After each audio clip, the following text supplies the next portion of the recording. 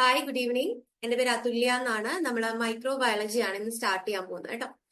നമ്മൾ ഇൻഡക്ഷന്റെ ടൈമില് സിലബസ് ഡിസ്കഷന്റെ ഒക്കെ ടൈമിൽ കണ്ടിട്ടുണ്ട്, ഓർത്തിരിക്കുന്നു എന്ന് വിശ്വസിക്കുന്നു. ഓക്കെ, അപ്പൊ പൊതുവെ നമ്മുടെ ക്ലാസ് ഇന്ന് സ്റ്റാർട്ട് ചെയ്യുമ്പോൾ ഒരു ചെറിയൊരു ബ്രീഫിംഗ് ഞാൻ തരാം. നിങ്ങൾക്ക് എന്തെങ്കിലും ഓഡിയോ പ്രശ്നങ്ങളോ വീഡിയോ ക്ലാരിറ്റി എന്തെങ്കിലും ഇഷ്യൂസ് ഒക്കെ ഉണ്ടെങ്കിൽ ഒന്ന് പറയാം. പ്ലസ് എന്തെങ്കിലും ചോദിക്കുകയാണെങ്കിൽ 1 by 1 ആയിട്ട് റെസ്പോണ്ട് ചെയ്യാം കേട്ടോ. ഞാൻ മാത്രം ഇങ്ങനെ പറഞ്ഞു പോവുകയാണെങ്കിൽ നമുക്കത് ഇവഞ്ച്വലി അത് ബോറടിക്കും. ചില ആൾക്കാരൊക്കെ ഉറങ്ങി വീണെന്നിരിക്കും. ഇപ്പൊ ക്യാമറ ഒക്കെ ഓഫ് ചെയ്തിരിക്കുകയല്ലേ. അപ്പൊ അതുകൊണ്ട് ചോദിക്കുകയും ഇന്ററാക്ട് ചെയ്യുന്ന സമയത്ത് ഇപ്പം നമ്മൾ പുതിയതായിട്ട് ക്ലാസ് തുടങ്ങുന്നുണ്ട്, ആരുടെയും പേരുകളൊന്നും അറിയില്ല. റാൻഡം ആയിട്ട് വിളിക്കാനൊന്നും എനിക്ക് പറ്റില്ല. അപ്പൊ ഞാൻ പറയുന്നതിനനുസരിച്ച് ചോദിച്ചു പോകുമ്പോൾ ആരെങ്കിലൊക്കെ ആയിട്ട് റെസ്പോണ്ട് ചെയ്യാം കേട്ടോ. പ്രിഫറബിളി ക്യാമറ ഓൺ ചെയ്യുകയാണെങ്കിൽ കുറച്ചും കൂടി ഒരു ഇന്ററാക്ഷൻ ഉണ്ടാവും. പക്ഷെ അത് നിങ്ങളുടെ കംഫർട്ടബിലിറ്റി അനുസരിച്ചിട്ട് നിങ്ങൾക്ക് അത് ചൂസ് ചെയ്യാം കേട്ടോ. അപ്പൊ ഓക്കെ, നമുക്ക് സമയം കളയാതെ ക്ലാസ്സിലേക്ക് കടക്കാം. റെഡിയാണോ എല്ലാവരും? ആണോ മക്കളെ? ഹലോ, ആരുമില്ല? ചാറ്റുകാരാണോ? Yes, okay. Sophia, okay, fine.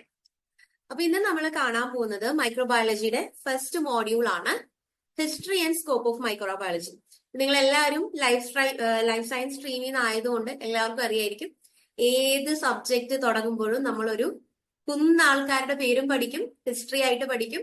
ആ സബ്ജക്ട് പഠിച്ചാൽ നമുക്ക് എന്താണ് സ്കോപ്പ് എന്നൊരു ഐഡിയയും തുടക്കം തന്നെ അവര് പറഞ്ഞു തരും. പക്ഷെ എന്നെ സംബന്ധിച്ചിടത്തോളം ഞാൻ അത് കണ്ടിട്ടുള്ളത് കുറച്ച് ബോറിംഗ് ആയിട്ടുള്ള ഒരു ടോപ്പിക് ആയിട്ടാണ്. കാരണം കുറെ പേരുടെ പേര് പഠിക്കണം, കുറെ പേരുടെ കണ്ടുപിടുത്തങ്ങൾ പഠിക്കണം, ഈ ഒരു സയൻസ് രൂപപ്പെട്ട് വന്നതിന്റെ വഴികൾ മൊത്തം പഠിക്കണം. എന്നെ കൊണ്ടാവുന്ന വിധത്തിൽ നമ്മൾ അത് ഏറ്റവും സിംപ്ലിഫൈഡ് ആയിട്ടുള്ള രീതിയിൽ ക്യാപ്സ്യൂൾ ആക്കിയിട്ടുണ്ട്. അപ്പൊ അത് കൺസ്യൂം ചെയ്യാന്നുള്ളത് മാത്രമാണ് നിങ്ങൾക്കുള്ള ജോലി. സ്റ്റാർട്ട് ചെയ്യാലോ? ഇൻ ബിറ്റ്വീൻ എന്ത് ഡൗട്ട് ഉണ്ടെങ്കിലും ചോദിച്ചോളാം. കുറച്ച് നീണ്ട ഡൗട്ട് ആണെങ്കിൽ നമ്മളുടെ ഡൗട്ട് ക്ലിയറൻസ് സെഷൻസിലേക്ക് വെച്ചിട്ട് നോട്ട് ചെയ്ത് വെച്ചിട്ട് ചോദിക്കാം കേട്ടോ മക്കളെ. സ്റ്റാർട്ട് ചെയ്യാലോ? Yes ma'am. Okay, history and scope of microbiology start ചെയ്യുന്നതിന് മുമ്പ് നമ്മൾ അറിയേണ്ടതും നമ്മൾ ഏറ്റവും ക്ലിയർ ആയിരിക്കേണ്ടതും കാര്യം എന്താണ് മൈക്രോബയോളജി എന്നാണ്.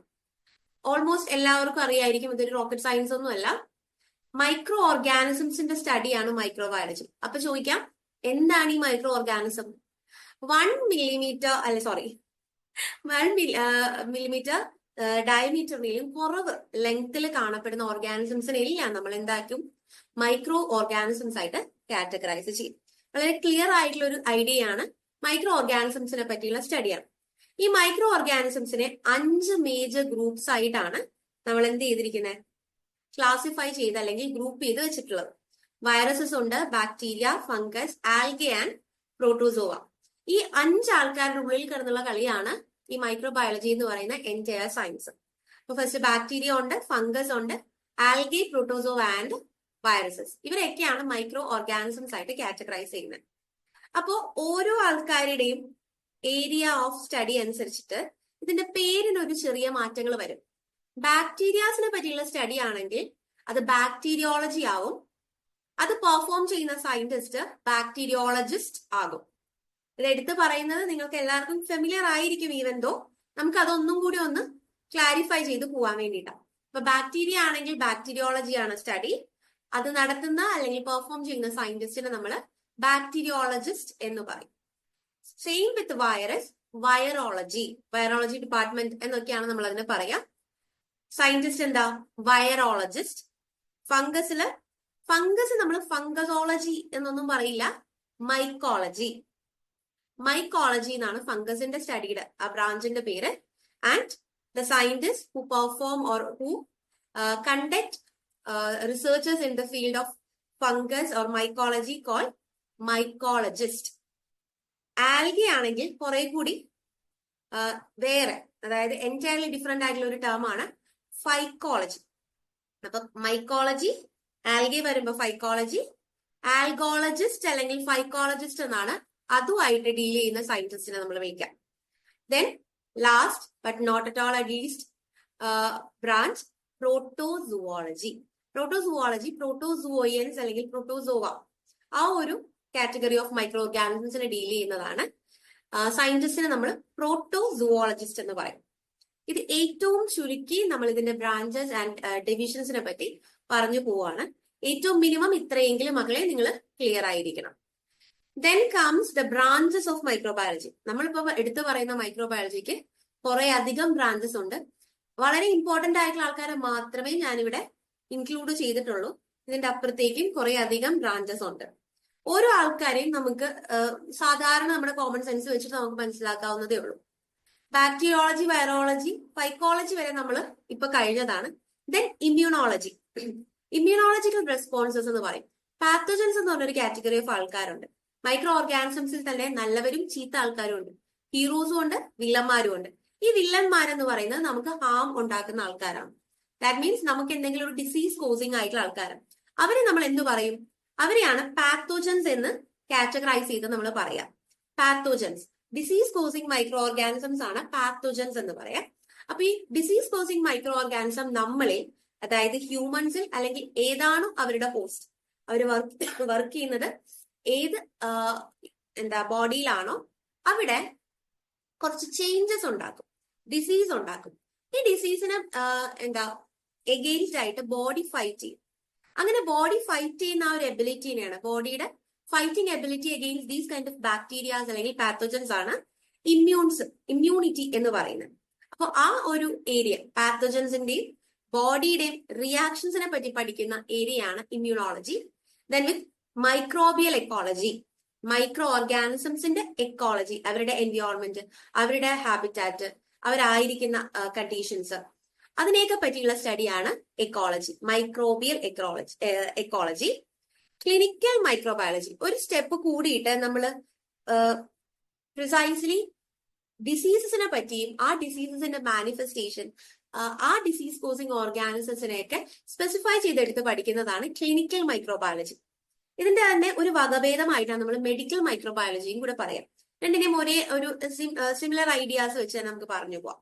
ദെൻ എൻവയോൺമെന്റൽ മൈക്രോബയോളജി ലിങ്ക്ഡ് വിത്ത് microbiology plus എൻവയോൺമെന്റൽ science. Food microbiology, മൈക്രോബ്സിനെ food technology ആയിട്ട് അല്ലെങ്കിൽ ഫുഡ് എന്ന ഏരിയയിലായിട്ട് കണക്ട് ചെയ്തിട്ടുള്ള സയൻസിനെയാണ് നമ്മൾ ഫുഡ് മൈക്രോബയോളജി എന്ന് പറയാം.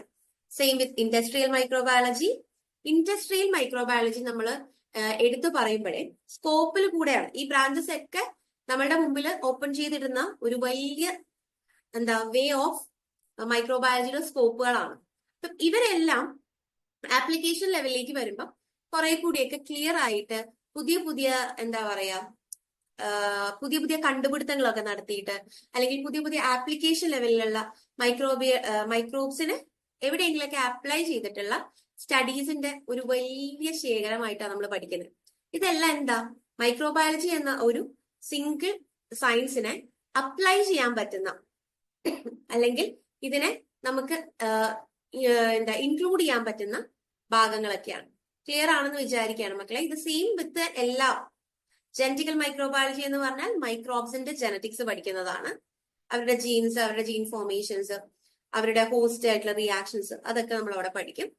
Molecular biology, same medical biology, pharmaceutical microbiology, agricultural microbiology, astro microbiology, biotechnology and microbiology, pathogenic microbiology, clinical virology, biodegradation and bio remediation.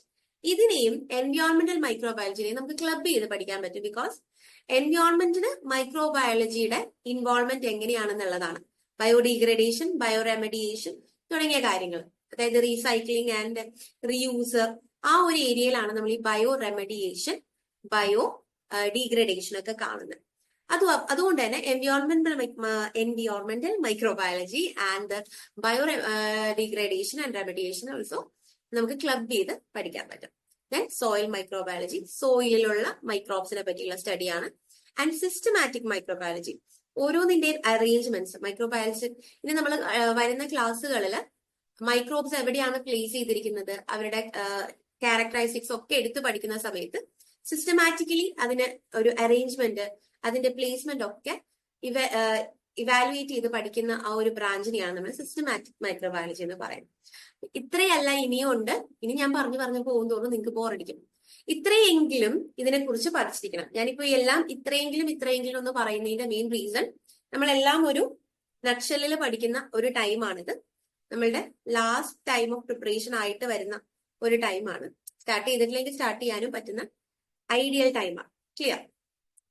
ഇതുവരെ okay ആണോ മക്കളെ? ഓഡിയോ ഒക്കെ ക്ലിയർ ആയിട്ട് നിങ്ങൾക്ക് കേൾക്കുന്നില്ലേ?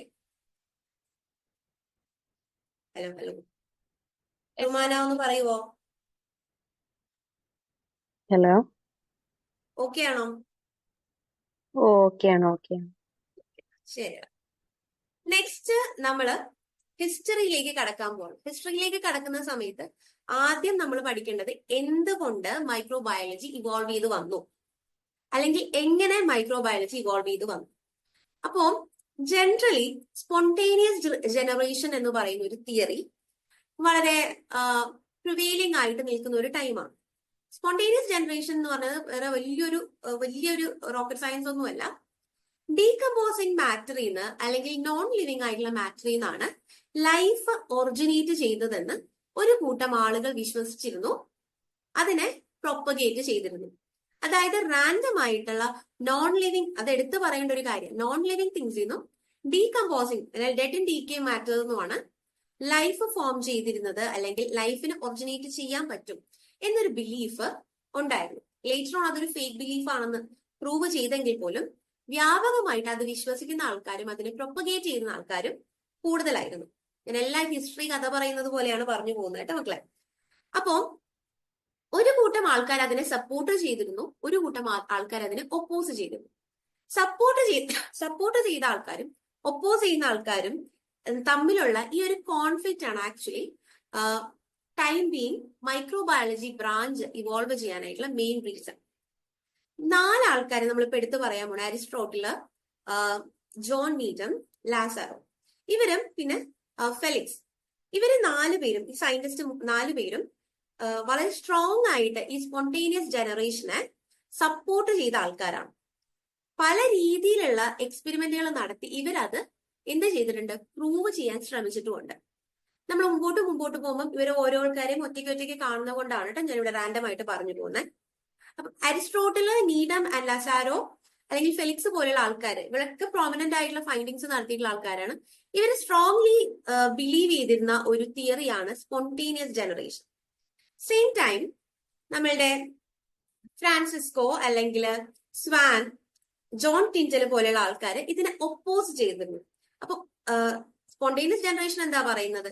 നോൺ ലിവിങ് ആയിട്ടുള്ള അല്ലെങ്കിൽ ഡെഡ് ആൻഡ് ഡീകേ മാറ്ററിൽ നിന്ന് ലൈഫ് ഒറിജിനേറ്റ് ചെയ്യാൻ പറ്റും, സ്പോണ്ടേനിയസ്ലി കെൻ ഒറിജിൻ എന്ന് പറഞ്ഞവര് വാദിച്ചു. അപ്പൊ ഇവര് പറയുന്നത് അങ്ങനെ സ്പോണ്ടേനിയസ് ജനറേഷൻസ് ഒന്നും നടത്താൻ പറ്റില്ല, എന്തെങ്കിലും ഒരു കാര്യം അവിടെ ഉണ്ടാകും, എന്തെങ്കിലും ഒരു ഇൻവോൾവ്മെന്റ് അവിടെ ഉണ്ടാവും, എങ്കിൽ മാത്രമേ, ഒരു ലിവിങ് ഇൻവോൾവ്മെന്റ് അവിടെ ഉണ്ടെങ്കിൽ മാത്രമേ എന്ത് പറ്റുള്ളൂ? ലൈഫ് ഒറിജിനേറ്റ് ചെയ്യാൻ പറ്റുള്ളൂ എന്ന് അവർ പറയാം. സോ അവർ അവരുടേതായിട്ടുള്ള എക്സ്പെരിമെന്റുകൾ നടത്തി ഇതിനെ ഡിസ്പ്രൂവ് ചെയ്തിട്ടുമുണ്ട്. ഈ 2 കോൺഫ്ലിക്റ്റിന്റെ ഇടയിലാണ് ബേസിക്കലി മൈക്രോബയോളജി ഇവോൾവ് ചെയ്ത് വന്നിരുന്നത്. നമ്മൾ മുമ്പോട്ട് പോകുമ്പോൾ നമ്മൾ ഓരോ ആൾക്കാരെ കാണുമ്പോൾ ഇവരൊക്കെ എന്തൊക്കെയാണ് ഒറ്റയ്ക്കായിട്ട് ഫൈൻഡിങ്സ് ചെയ്തിട്ടുള്ളത് ഈ ഒരു ബ്രാഞ്ചിലേക്ക് എന്നുള്ളത് കാണാം. ഓക്കെ, നമുക്ക് ആദ്യം തന്നെ അരിസ്റ്റോട്ടിൽ നിന്ന് തുടങ്ങാം. അരിസ്റ്റോട്ടലിന്റെ ഫൈൻഡിങ്സ് ബേസിക്കലി എന്തായിരുന്നു?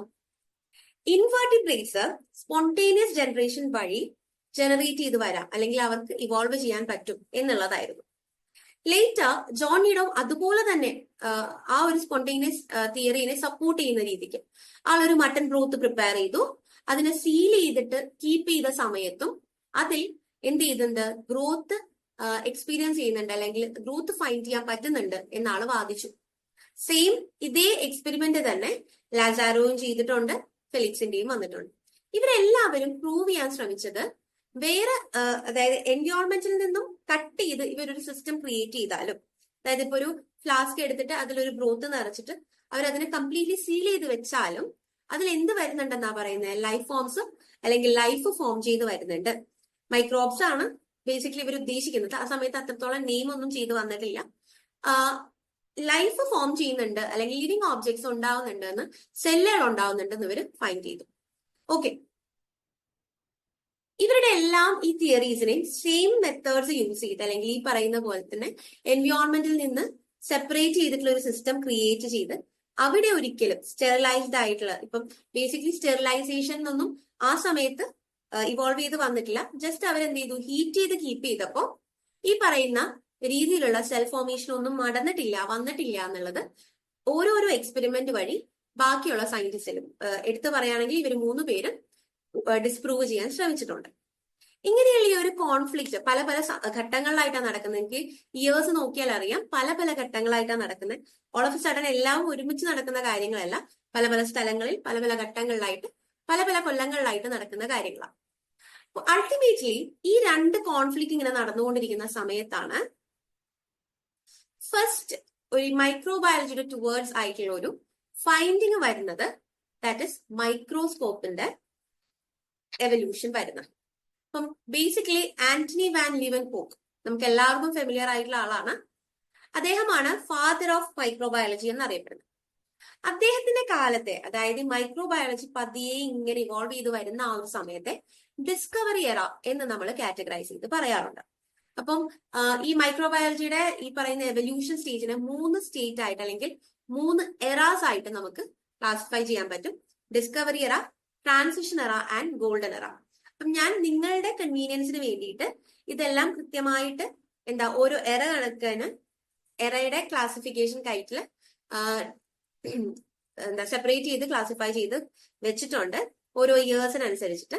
അപ്പൊ നിങ്ങൾ ഏറ്റവും ഈസി ആയിട്ട് ഇതിന് ഡീൽ ചെയ്യാൻ പറ്റുന്നത് ഈ ഫോമാറ്റിൽ പഠിച്ചു പോവാണെങ്കിൽ കുറെ കൂടി. ഇപ്പൊ ടൈം ലൈൻ ഒക്കെ നമ്മൾ പഠിക്കുന്ന പോലെ പഠിച്ചു കഴിഞ്ഞാൽ ഈവൻ ഇയേഴ്സ് ചോദിക്കാം, റെയർ ആണെങ്കിൽ പോലും ഇയേഴ്സ് കൂടുതലും ചോദിക്കാം. പിന്നെ ഓരോ സയന്റിസ്റ്റും ഫൈൻഡിങ്സും ഈ ഒരു മോഡലില് മാച്ച് ദ ഫോളോയിങ് വരാം, ഓർഡേഴ്സ് അതായത് സീക്വൻഷ്യൽ ഓർഡേഴ്സിന്റെ രീതിയിലുള്ള ക്വസ്റ്റ്യൻസ് വരാം.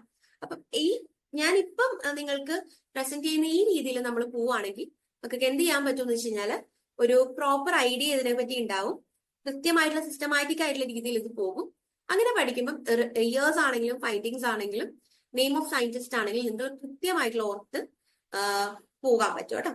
അപ്പൊ നമ്മുടെ പോകുന്നത് സയന്റിസ്റ്റിന്റെ പേര്, ആളുണ്ടായിരുന്ന അല്ലെങ്കിൽ ഫൈൻഡിങ്സിന്റെ മേജർ ഫൈൻഡിങ്സിന്റെ ഇയേഴ്സ് ആൻഡ് അവർക്ക് എന്തെങ്കിലുമൊക്കെ നെയിംസ് കൊടുത്തിട്ടുണ്ടെങ്കിൽ അത് അവരുടെ ഫൈൻഡിങ്സ്.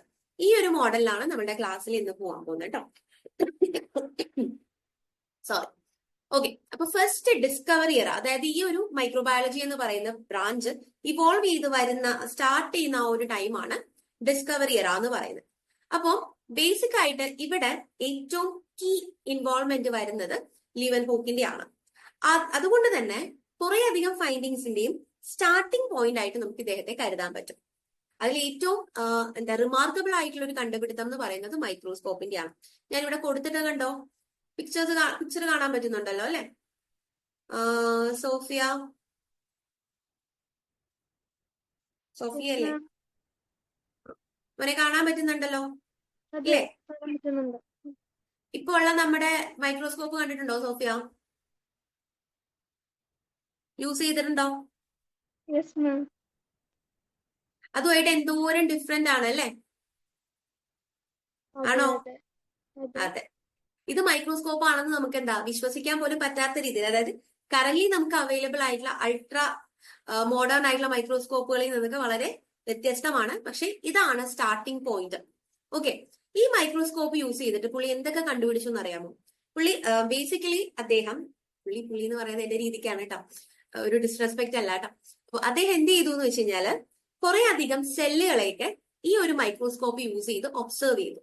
ബേസിക്കലി ഹ്യൂമൻ സ്പേം അദ്ദേഹം ഒബ്സർവ് ചെയ്തു, റെഡ് ബ്ലഡ് സെൽസ്, നമ്മുടെ ബ്ലഡ് സെൽസ് ഒബ്സർവ് ചെയ്തു, പിന്നെ പോണ്ട് വാട്ടർ കളക്ട് ചെയ്തിട്ട് അതിൽ പ്രസന്റ് ആയിട്ടുള്ള മൈക്രോബ്സിനെയൊക്കെ ഒബ്സർവ് ചെയ്തു, അതിനെ സ്കെച്ച് ചെയ്ത് വെച്ചു എന്നാണ് പറയുന്നത്. അപ്പം പ്രൈമറി ലെവലില് ഏറ്റവും ഇനീഷ്യൽ ലെവലിലെ മൈക്രോബയോളജി ഇവോൾവ് ചെയ്ത് വരുന്ന ഈ സ്റ്റാർട്ടിംഗ് പോയിന്റിൽ അദ്ദേഹം എടുത്ത ഈ ഒരു എഫേർട്ട് എൻറ്റയർ ബ്രാഞ്ചിനെ ടിൽ ഡേറ്റ് അത്രത്തോളം ഇൻഫ്ലുവൻസ് ഉണ്ടാക്കിയ എഫേർട്ടാണ്. അപ്പൊ എന്തൊക്കെയാ പറയുന്നത്? മൈക്രോസ്കോപ്പ് ഡെവലപ്പ് ചെയ്തു, ഓൺ മൈക്രോസ്കോപ്പ് ഡെവലപ്പ് ചെയ്തു, ഒരു സിംഗിൾ ലെൻസ് സിമ്പിൾ മൈക്രോസ്കോപ്പ് ആണ്. അത് യൂസ് ചെയ്തിട്ട് ആൾ എന്ത് ചെയ്തു എന്ന് വെച്ച് കഴിഞ്ഞാൽ human sperm, red blood cells, micro organisms, pond വാട്ടറിലെ മൈക്രോ ഓർഗാനിസംസ് തുടങ്ങിയ കാര്യങ്ങളൊക്കെ ഒബ്സർവ് ചെയ്തു. ഒബ്സർവ് ചെയ്യുക മാത്രമല്ല ചെയ്തത്, അതിനെ സ്കെച്ച് ചെയ്ത് വെച്ചു. ഈ ഒരു റിമാർക്കബിൾ ആയിട്ടുള്ള കോൺട്രിബ്യൂഷൻസ് ഒക്കെ ഉള്ളത് കൊണ്ടാണ് അദ്ദേഹത്തെ ഫാദർ ഓഫ് മൈക്രോബയോളജി എന്ന് പറയുന്നത്. ഇതൊന്ന് നോട്ട് ചെയ്ത് വെച്ചോളൂ. നിങ്ങൾക്ക് ക്വസ്റ്റ്യൻസ് വരുന്ന സമയത്ത് ഒരിത്തിരി കൺഫ്യൂഷൻ ഉണ്ടാക്കാൻ പോകുന്ന ഒരാളാണ്. അടുത്തൊരാളിലേക്ക് എത്തുമ്പോൾ ഞാൻ അതിന്റെ ഡീറ്റെയിൽസ് പറഞ്ഞു തരാമേ. ഇത് മനസ്സിൽ വെച്ചോളൂ കേട്ടോ. സോ ഡിസ്കവർ ചെയ്ത കംപ്ലീറ്റ്ലി ലീവൻ ഹോക്കിന്റെ അദ്ദേഹമാണ് ഈ പറഞ്ഞ റിമാർക്കബിൾ ആയിട്ടുള്ള ഒരു സ്റ്റാർട്ടിംഗ് പോയിന്റ് ആയിട്ട് ആക്ട് ചെയ്തിരിക്കുന്നത്. ദെൻ കംസ് ദ ട്രാൻസിഷൻ എറ. അതായത് സ്പോണ്ടേനിയസ് ജനറേഷൻ തിയറിയിലെ അത് അപ്പോഴും പ്രിവീലിംഗ് ആയിട്ട് നിൽക്കുകയാണ്. അത് ഓൾറെഡി അതിനെ ബിലീവ് ചെയ്യുന്ന ആൾക്കാരും അതിനെ സ്ട്രോങ് ആയിട്ട് സപ്പോർട്ട് ചെയ്യുന്ന ആൾക്കാരും ഒരു സൈഡിൽ ഇപ്പോഴും നിർന്നുകൊണ്ടിരിക്കുക. നിങ്ങൾക്ക് അറിയാവുന്ന കാര്യങ്ങൾ, സയന്റിഫിക് വേൾഡ് എന്ന് പറയുന്നത് ഒരാൾ അവിടെ ഒരെണ്ണം കണ്ടുപിടിച്ചു, ഒരാൾ ഇവിടെ ഒരെണ്ണം കണ്ടുപിടിച്ചു, ഇങ്ങനെയാണ്. പലപ്പോഴും ഇവര് തമ്മില് കമ്മ്യൂണിക്കേറ്റ് പോലും ആവുന്നില്ല. നമ്മൾ ഇപ്പോഴും പറയുന്ന പല കാര്യങ്ങളും ശരിക്കും നമുക്കത് സയന്റിഫിക്കലി പ്രൂവ് ചെയ്ത് ഇതൊക്കെ ഇന്ന സയന്റിസ്റ്റ് ആണെന്ന് ഒന്ന് അടിച്ചു പറയാനും പറ്റില്ല. കാരണം ആ സമയത്ത് ഇപ്പൊ ഉള്ള അത്ര കണക്ടിവിറ്റി ഒന്നുമില്ല. ഒരാളൊരു സ്ഥലത്ത് കണ്ടുപിടിച്ചിട്ടുണ്ടാവും, ചിലപ്പോൾ അയാളുടെ മുമ്പ്, വളരെ മുമ്പ് ഈ ഫൈൻഡിങ്സ് നടത്തിയിട്ട് അത് ആക്ഷനിൽ കൊണ്ടുവന്നിരിക്കുന്ന ആൾക്കാരൊക്കെ ഉണ്ടാവും. നമ്മൾ പഠിക്കുന്നത് നമ്മളുടെ ബുക്സ് നമ്മളോട് പറഞ്ഞിട്ടുള്ള നമ്മളുടെ ഹിസ്റ്ററിയാണ്. ക്ലിയർ? അപ്പോ ഒരു സൈഡില് ഒരു കൂട്ടം ആൾക്കാർ ഈ സ്പോണ്ടേനിയസ് ജനറേഷനെ സപ്പോർട്ട് ചെയ്തുകൊണ്ടേയിരിക്കാം. അപ്പോ ആ ഒരു സമയത്താണ് നമ്മുടെ ലീവൻ ഹോക്കിന്റെ ഈ ഫൈൻഡിങ് വരുന്നത്. അത് കഴിഞ്ഞിട്ട് ട്രാൻസിഷൻ എറയായിട്ട് കൺസിഡർ ചെയ്യുന്നത് കൂടുതലും ഈ സ്പോണ്ടേനിയസ് ജനറേഷനെ ഡിസ്പ്രൂവ് ചെയ്യാൻ ശ്രമിച്ച ആൾക്കാര്, ഡിസ്പ്രൂവ് ചെയ്യാനായിട്ട് സക്സസ്ഫുള്ളി കഴിഞ്ഞ ആൾക്കാര് എന്ന രീതിയിലാണ്. കാരണം spontaneous generation was that much പ്രിവീലിംഗ് ആയിട്ടുള്ള ഒന്നായിരുന്നു. അപ്പോ ഫ്രാൻസിസോ റെഡി എന്ന് പറയുന്ന ഈ സയന്റിസ്റ്റ് ആളുടെ ഫൈൻഡിങ്സിൽ കൂടെ ഡിസ്പ്രൂവ് ചെയ്തത് സ്പോണ്ടേനിയസ് ജനറേഷനെയാണ്. അപ്പൊ ഞാൻ പറഞ്ഞല്ലോ, ഈ ട്രാൻസിഷൻ എറയിൽ ഒരു മിക്ക ആൾക്കാരും ചെയ്തിട്ടുള്ളത് ഓൾറെഡി പ്രിവീലിംഗ് ആയിട്ടുള്ള ഈ പറയുന്ന സ്പോണ്ടേനിയസ് ജനറേഷൻ എന്ന് പറയുന്ന തിയറിയെ ഡിസ്പ്രൂവ് ചെയ്യാനാണ്. ഓക്കെ, അപ്പൊ എങ്ങനെയായിരിക്കും ഡിസ്പ്രൂവ് ചെയ്യുക? നീതു ഒന്ന് അൺമ്യൂട്ട് ചെയ്ത് പറയാമോ? എങ്ങനെയായിരിക്കും ഡിസ്പ്രൂവ് ചെയ്തിട്ടുണ്ടാവുക? നീതു MC, കുറെ നീതു ഉണ്ടോ? ഇല്ലേ അവിടെ? ഹലോ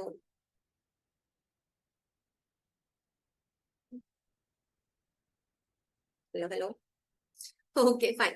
അപ്പം നിങ്ങൾ ഒരു ഹെസിറ്റേഷനും ഇല്ലാതെ സംസാരിക്കുക കേട്ടോ. എനിക്ക് നിങ്ങളോടൊന്ന് ഇന്ററാക്ട് ചെയ്യാൻ വേണ്ടിയിട്ട്, അല്ലെങ്കിൽ ഞാൻ ഇവിടെ ഒറ്റയ്ക്ക് സംസാരിക്കുന്ന പോലെ ഉണ്ടാവില്ലേ?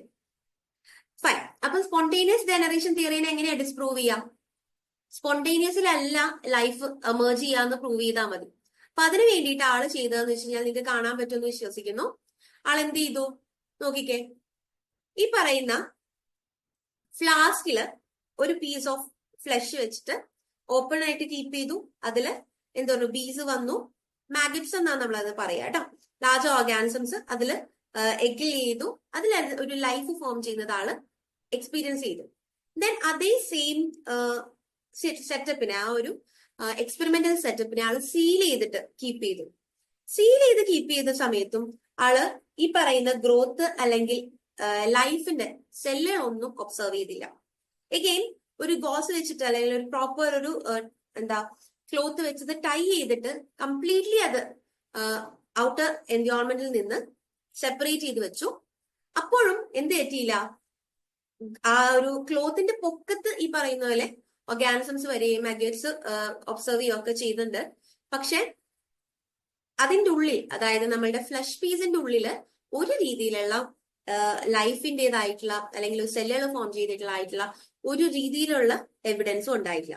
അപ്പോൾ ഈ ഒരു എക്സ്പെരിമെന്റ് നടത്തിയിട്ട്, ഈ സെയിം എക്സ്പെരിമെന്റ് നടത്തിയിട്ടാണ് ഈ പറയുന്ന സ്പോണ്ടേനിയസ് ജനറേഷൻ തിയറി സപ്പോർട്ടേഴ്സ് സ്പോണ്ടേനിയസിനെ ജനറേറ്റ് ചെയ്യുന്നുണ്ട് ലൈഫ് എന്ന് പ്രൂവ് ചെയ്യാൻ ശ്രമിച്ചുകൊണ്ടിരുന്നത്. അപ്പൊ ആള് അതേ സെയിം മെത്തേഡ് യൂസ് ചെയ്തിട്ട് വളരെ സിസ്റ്റമാറ്റിക് ആയിട്ട് അതിനെ ഡിസ്പ്രൂവ് ചെയ്യുകയാണ് ചെയ്തത്. ആളുടെ കാലഘട്ടം എന്ന് പറയുന്നത് 1626 to 1697 ആണ്. ഏറ്റവും റിമാർക്കബിൾ ആയിട്ടുള്ള ഒരു കോൺട്രിബ്യൂഷൻ ആണ് ഈ പറയുന്ന സ്പോണ്ടേനിയസ് ജനറേഷൻ തിയറിയെ എന്ത് ചെയ്തത്, ഡിസ്പ്രൂവ് ചെയ്തത്. ക്ലിയർ ആണെന്ന് വിചാരിക്കുകയാണ് കേട്ടോ. ഓക്കെ ആണോ? Okay okay, fine. Next, again നമ്മൾ നേരത്തെ ഈ ആളെ കണ്ടിട്ടുണ്ട്, ജോൺ നീഡത്തിനെ കണ്ടിട്ടുണ്ട്. എവിടെയാണ്? ഡിസ്പ്രൂവ് ചെയ്ത ആൾക്കാരുടെ ലിസ്റ്റിൽ ഞാൻ പറഞ്ഞിട്ടുണ്ടായിരുന്നു അല്ലെ. സെയിം രീതിയിൽ തന്നെ സ്പോണ്ടേനിയസ് ജനറേഷനെ ആള് ഡിസ്പ്രൂവ് ചെയ്തു. ഞാൻ എടുത്തു പറഞ്ഞ പോലെ ട്രാൻസിഷൻ എറയിലെല്ലാം എന്താണ് മക്കളെ അവർ ചെയ്യുന്നത്, ഓൾറെഡി പ്രിവെയിലിംഗ് ആയിട്ടുള്ള ഒരു രാജാവായിട്ട് നിൽക്കുന്ന സ്പോണ്ടേനിയസ് ജനറേഷൻ തിയറിയെ ഡിസ്പ്രൂവ് ചെയ്യുന്നത്. വേറെ ഒരു പുതിയ ഫൈൻഡിങ്സും അവർ ചെയ്തിട്ടില്ലെങ്കിൽ പോലും എന്താ ചെയ്തേക്കുന്നത്, വളരെ റിമാർക്കബിൾ ആയിട്ട് അവര് ഈ ഒരു പറഞ്ഞോ മോനെ. ജോണിതം ഡിസ്പ്രൂവ് ചെയ്ത ആളുകളുടെ കൂട്ടത്തിലല്ല നമ്മള് ഫസ്റ്റ് പഠിച്ചത്. അതെയല്ലോ. അത് സപ്പോർട്ട് ചെയ്ത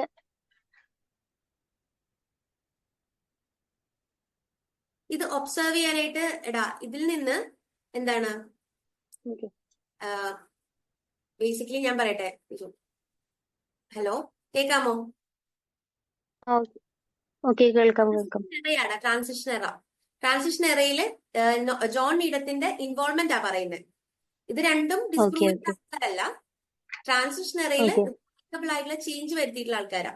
അതായത് ജോൺ നീഡം തൊട്ടിട്ടാണ്, അല്ലെങ്കിൽ ജോൺ നീഡത്തിൻ്റെത് സ്പോണ്ടേനിയസ് ജനറേഷൻ തിയറി ഡിസ്പ്രൂവ് ചെയ്യപ്പെട്ടെങ്കിലും ആള് ലൂയി പാസ്റ്ററിന്റെ ഫൈൻഡിങ്സിന് ഒരു സ്റ്റാർട്ടിംഗ് പോയിന്റ് ആയിട്ട് ആക്ട് ചെയ്തിട്ടുണ്ട്. സോ ആളെ നമുക്ക് ഒരു ട്രാൻസിഷൻ ആയിട്ട് അല്ലെങ്കിൽ ഒരു ട്രാൻസിഷൻ എലമെന്റ് ആയിട്ടാ കൺസിഡർ ചെയ്യുന്നത്. അതുകൊണ്ടാണ് ഞാൻ പറഞ്ഞത് ആള് പുതുതായിട്ട് ഒരു കണ്ടുപിടുത്തം നടത്തിയിട്ടില്ലെങ്കിൽ പോലും ഒരു റിമാർക്കബിൾ ആയിട്ടുള്ള ഇൻവോൾവ്മെന്റ് ഈ ട്രാൻസിഷൻ എറയിൽ മൈക്രോബയോളജിയുടെ ബ്രാഞ്ചിൽ കൊണ്ടുവന്നിട്ടുണ്ട്. ക്ലിയർ ആണോ? ജോൺ നീഡത്തിന്റെ എക്സ്പെരിമെന്റ് ഞാൻ നേരത്തെ പറഞ്ഞതുപോലെ ആള് ന്യൂട്രിയൻ ബ്രോത്ത് ക്രിയേറ്റ് ചെയ്തു. സിമിലർ ടു ഫ്രാൻസിസ്കോ എന്ത് ചെയ്തു എന്ന് വെച്ച് കഴിഞ്ഞാൽ ന്യൂട്രിയൻ ബ്രോത്ത് ക്രിയേറ്റ് ചെയ്തു. അതിന് സ്പോണ്ടേനിയസ് ജനറേഷൻ ഉണ്ട് എന്ന രീതിയിൽ ആണ് എന്ത് ചെയ്തത്, നോൺ ലിവിങ് മാറ്ററിൽ നിന്ന് സ്പോണ്ടേനിയസ്ലി ജനറേറ്റഡ് ആവുന്നു എന്ന രീതിയിലാണ് ആളുടെ ഫൈൻഡിങ് കൺക്ലൂഡ് ചെയ്തത്. സോ ലേറ്റർ ഓൺ ഈ പറയുന്ന സ്പോണ്ടേനിയസ് ജനറേഷൻ തിയറി ഡിസ്പ്രൂവ് ചെയ്തപ്പോ ജോൺ നീഡത്തിന്റെ ഫൈൻഡിങ്സും എന്തായി, ഡിസ്പ്രൂവ്ഡ് ആയി അല്ലെ. ആളുടെ ഫൈൻഡിങ്സും ആളുടെ എക്സ്പെരിമെന്റും ഒക്കെ ഡിസ്പ്രൂവ്ഡ് ആയി. സോ ഈ ഡിസ്പ്രൂവ്ഡ് ആയെങ്കിൽ പോലും ആളുടെ ആ ഫൈൻഡിങ്സ് അല്ലെങ്കിൽ ആളുടെ ആ ഒരു കണ്ടുപിടുത്തങ്ങളുമായിട്ട് അസോസിയേറ്റ് ചെയ്തിട്ടാണ് ലൂയി പാസ്റ്റർ ലേറ്റർ ഓൺ ഒരു പ്രോപ്പർ സിസ്റ്റമാറ്റിക് ആയിട്ടുള്ള രീതിയിൽ സ്പോണ്ടേനിയസ് ജനറേഷനെ ഡിസ്പ്രൂവ് ചെയ്തതും ബയോജനസിസ് എന്ന് പറയുന്ന ഒരു കോൺസെപ്റ്റിനെ ഇൻട്രൊഡ്യൂസ് ചെയ്തത്. So John Needham is a transition connecting link എന്ന് നമുക്ക് പറയാൻ പറ്റും. ഓക്കെ, ക്ലിയർ ആണോ? ഓക്കെ ആണോടാ? Then also Edward Jenner. അടുത്ത ആളാണ് എഡ്വേർഡ് ജെന്നർ. അദ്ദേഹത്തെയാണ് നമ്മൾ ഫാദർ ഓഫ് ഇമ്മ്യൂണോളജി എന്ന് പറയാം.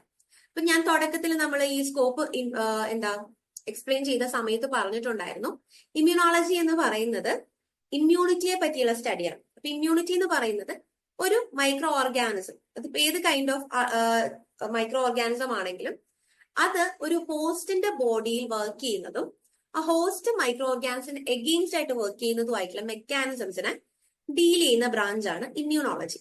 അപ്പം ഇമ്മ്യൂണോളജി എന്ന് പറയുന്ന ഒരു കാര്യം, അല്ലെങ്കിൽ ഓരോ ബോഡിയിലും എന്തെന്തൊക്കെയോ ചേഞ്ചസ് നടക്കുന്നുണ്ട്, പാത്തോജൻസിന് എഗെയിൻസ്റ്റ് ബോഡിയിൽ ഓൾറെഡി ഉള്ള ആൾക്കാരും ബോഡിയിൽ ഓൾറെഡി ഉള്ള സിസ്റ്റംസും ഒക്കെ ഫൈറ്റ് ചെയ്യുന്നുണ്ട് എന്നൊക്കെയുള്ള ഫൈൻഡിങ്സിന്റെ ഒരു സ്റ്റാർട്ടിംഗ് പോയിന്റ് ആയിട്ട് എഡ്വേർഡ് ജെന്നർ ആക്ട് ചെയ്യുന്നുണ്ട്.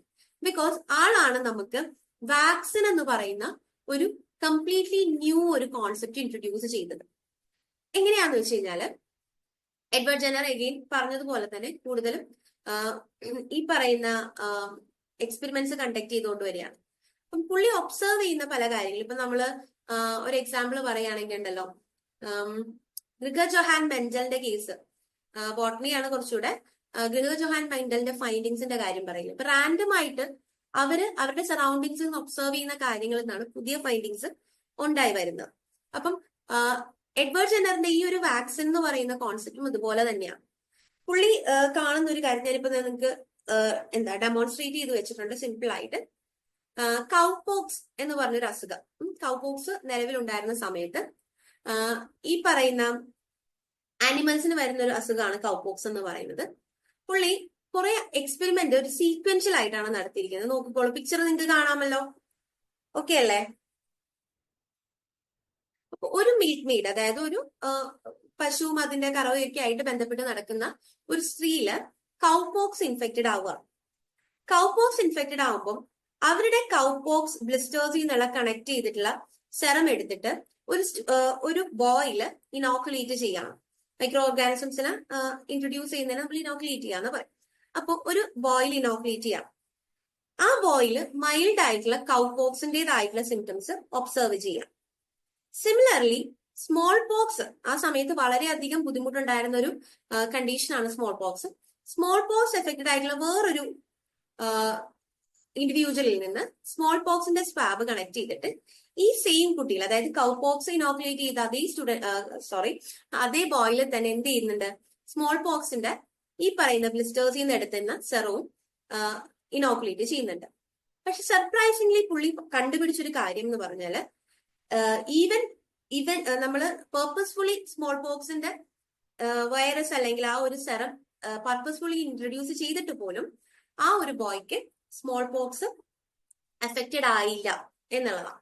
അപ്പൊ അതിന് പുള്ളി അദ്ദേഹം കൺക്ലൂഡ് ചെയ്ത ഒരു കാര്യം എന്ന് പറയുന്നത് കൗപോക്സിന്റെ വൈറസസ് എന്തോ ഒരു കൈൻഡ് ഓഫ് പ്രൊട്ടക്ഷൻ ഈ സ്മോൾ പോക്സിന്റെ വൈറസിന് എഗെയിൻസ്റ്റ് ആയിട്ട് ആ ബോഡിയിൽ ക്രിയേറ്റ് ചെയ്യുന്നുണ്ട് എന്ന് കണ്ടുപിടിച്ചു. അങ്ങനെയാണ് സക്സസ്ഫുള്ളി സ്മോൾ പോക്സിന് വേണ്ടിയിട്ടുള്ള ഒരു വൈറസ് വാക്സിൻ അദ്ദേഹം ഇൻട്രൊഡ്യൂസ് ചെയ്യുന്നത്. അപ്പൊ ഈ കഥകളൊന്നും നമുക്ക് എക്സാമിന് ചോദിക്കില്ല, ഞാൻ നിങ്ങൾക്ക് ആ ഒരു കണക്ഷൻ കിട്ടാൻ വേണ്ടി പറയുന്നതാണ്. നമുക്കറിയേണ്ടത് എഡ്വേർഡ് ജെന്നറിന്റെ കണ്ടുപിടുത്തം എന്താണ്, സ്മോൾ പോക്സിന് വേണ്ടിയിട്ടുള്ള വാക്സിൻ ആണ്. അദ്ദേഹത്തിനെയാണ് ഇമ്മ്യൂണോളജിയുടെ ഫാദർ ആയിട്ട് അറിയുന്നത്. ക്ലിയർ ആണോ? ഓക്കെ, പ്രൊസീഡ് ചെയ്യാലോ. അപ്പം ഇത്രയപ്പം നമ്മൾ ഏതൊക്കെ ഇറ പറഞ്ഞൂടാ, ഡിസ്കവറി ഇറ പറഞ്ഞു, ട്രാൻസിഷൻ ഇറ പറഞ്ഞു, then comes the golden era. Golden എറ എന്ന് പറയുന്നത് മൈക്രോബയോളജിയുടെ ഏറ്റവും റിമാർക്കബിൾ ആയിട്ടുള്ള ഒരു ടൈമിനെയാണ് നമ്മൾ ഗോൾഡൻ എറ ആയിട്ട് ടേം ചെയ്യുന്നത്. കാരണം n numbers of findings, n numbers of scientific involvements ഒക്കെ നടക്കുന്ന ഒരു ടൈമാണ് ഈ ഗോൾഡൻ എറ. ഗോൾഡൻ എറ സ്റ്റാർട്ട് ചെയ്യുന്ന ഒരു ആളാണ് ലൂയി പാസ്റ്റർ. ഏറ്റവും ഇമ്പോർട്ടന്റ് ആയിട്ട് മൈക്രോബയോളജി പഠിക്കുമ്പോൾ നമ്മൾ പഠിക്കുന്ന ഒരാൾ കൂടിയാണ്. ഇദ്ദേഹത്തിനുമായിട്ട് കണക്ട് ചെയ്തിട്ടാണ് ഞാൻ ആദ്യം പറഞ്ഞ ആ ഒരു കൺഫ്യൂഷൻ ഓഫൻ ക്രിയേറ്റഡ് ആയി വരുന്നത്. ഫാദർ ഓഫ് മൈക്രോബയോളജി പല പല പേരുകൾ പറയും. നമ്മൾ ഏത് രീതിയിലുള്ള സോഴ്സസ് എടുക്കുകയാണെങ്കിലും പല പല പേരുകൾ പറയും. അപ്പോ മൈക്രോസ്കോപ്പ് എന്ന് പറയുന്ന ഒരു ഇൻവെൻഷൻ, വളരെ റിമാർക്കബിൾ ആയിട്ടുള്ള ഒരു ഇൻവെൻഷൻ നടത്തിയിട്ടുള്ളത് കൊണ്ട് തന്നെ ഫാദർ ഓഫ് മൈക്രോബയോളജി എന്ന് പറയുന്നത് ലീവൻ ഹൂക്കാണ്. ദെൻ ലൂയി പാസ്റ്ററിനെയും ഫാദർ ഓഫ് മൈക്രോബയോളജി എന്ന് പറയും. അതിലൊരു ഇത്തിരി തിരുത്തുണ്ട്, father of modern microbiology.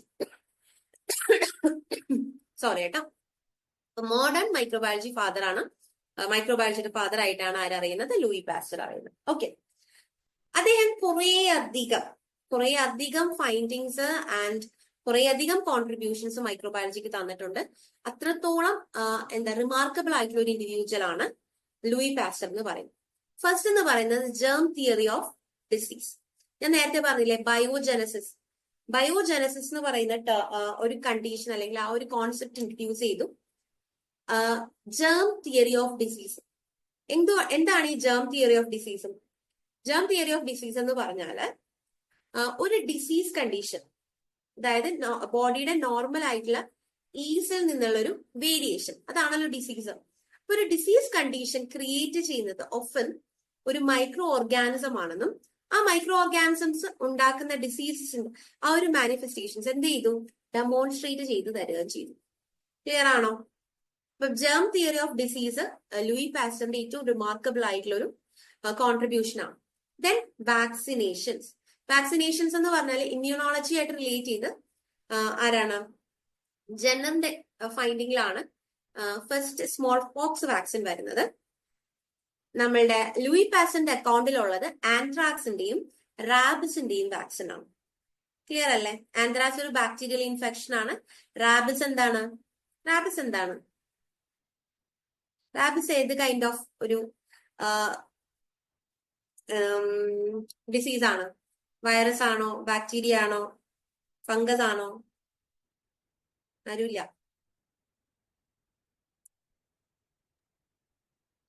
Devipriya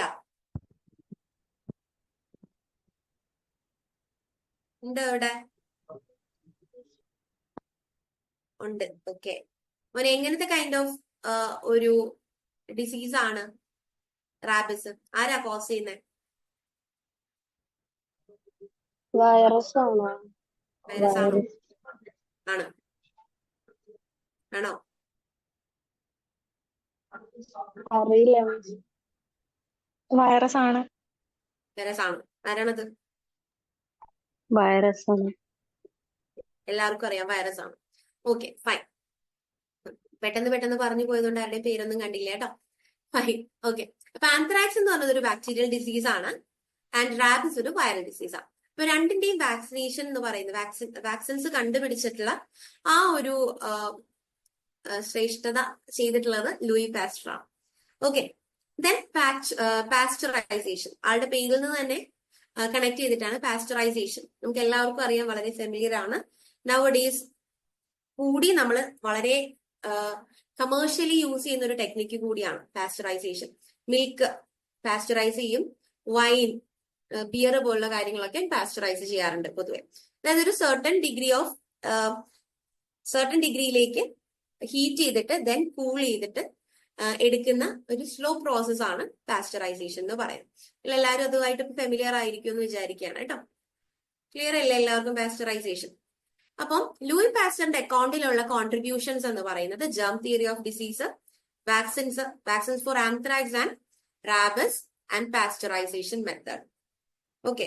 also silk വാംസിന്റെ ഡിസീസ് ഓഫ് സിൽക്ക് വാം എന്ന് പറയുന്നത് പ്രോട്ടോസോൺ പാരാസൈറ്റ്സോട് കൂടിയാണെന്നും കണ്ടുപിടിച്ചിട്ടുണ്ട്. അപ്പം ഓൾമോസ്റ്റ് മൈക്രോ ഓർഗാനിസംസിന്റെ എല്ലാത്തിന്റെയും ഇൻവോൾവ്മെന്റിന് മൈൽഡ് ആയിട്ടെങ്കിലും പറഞ്ഞു പോകുന്ന, മൈൽഡ് ആയിട്ടെന്ന് എടുത്ത് പറയാൻ പറ്റില്ല, വളരെ സ്ട്രോങ് ഫൈൻഡിങ്സ് ഒക്കെയാണ്. എന്തോ ഗോൾഡൻ എറ സ്റ്റാർട്ട് ചെയ്യുന്നതില് വളരെ കീ ഇൻവോൾവ്മെന്റ് ആരുടെ വന്നിട്ടുണ്ട്? നമ്മുടെ ലൂയി പാസ്റ്ററിന്റെ വന്നിട്ടുണ്ട്. ക്ലിയർ അല്ലേ? And also swan neck flask, ആളുടെ എക്സ്പെരിമെന്റ്സിനൊക്കെ യൂസ് ചെയ്തിരിക്കുന്ന സ്വാൻ നെക്ക് ഫ്ലാസ്ക് നമുക്ക് പിക്ചറിൽ കാണാമല്ലോ അല്ലെ? ഒരു കുഞ്ഞ് ഡെമോൺസ്ട്രേഷൻ ആ ഒരു സ്വാൻ നെക്ക് ഫ്ലാസ്കിൽ വെച്ചിട്ടുണ്ട്. സ്പോണ്ടേനിയസ് തിയറീനെ ഡിസ്പ്രൂവ് ചെയ്യാനായിട്ട് ഏറ്റവും കൂടുതൽ എഫക്റ്റീവ് ആയിട്ട് ചെയ്തിരിക്കുന്ന ആ ഒരു എക്സ്പെരിമെന്റ് ആണ്. സ്പോണ്ടേനിയസ് തിയറി എപ്പോഴും പറഞ്ഞുകൊണ്ടിരുന്നത് എന്താണ്?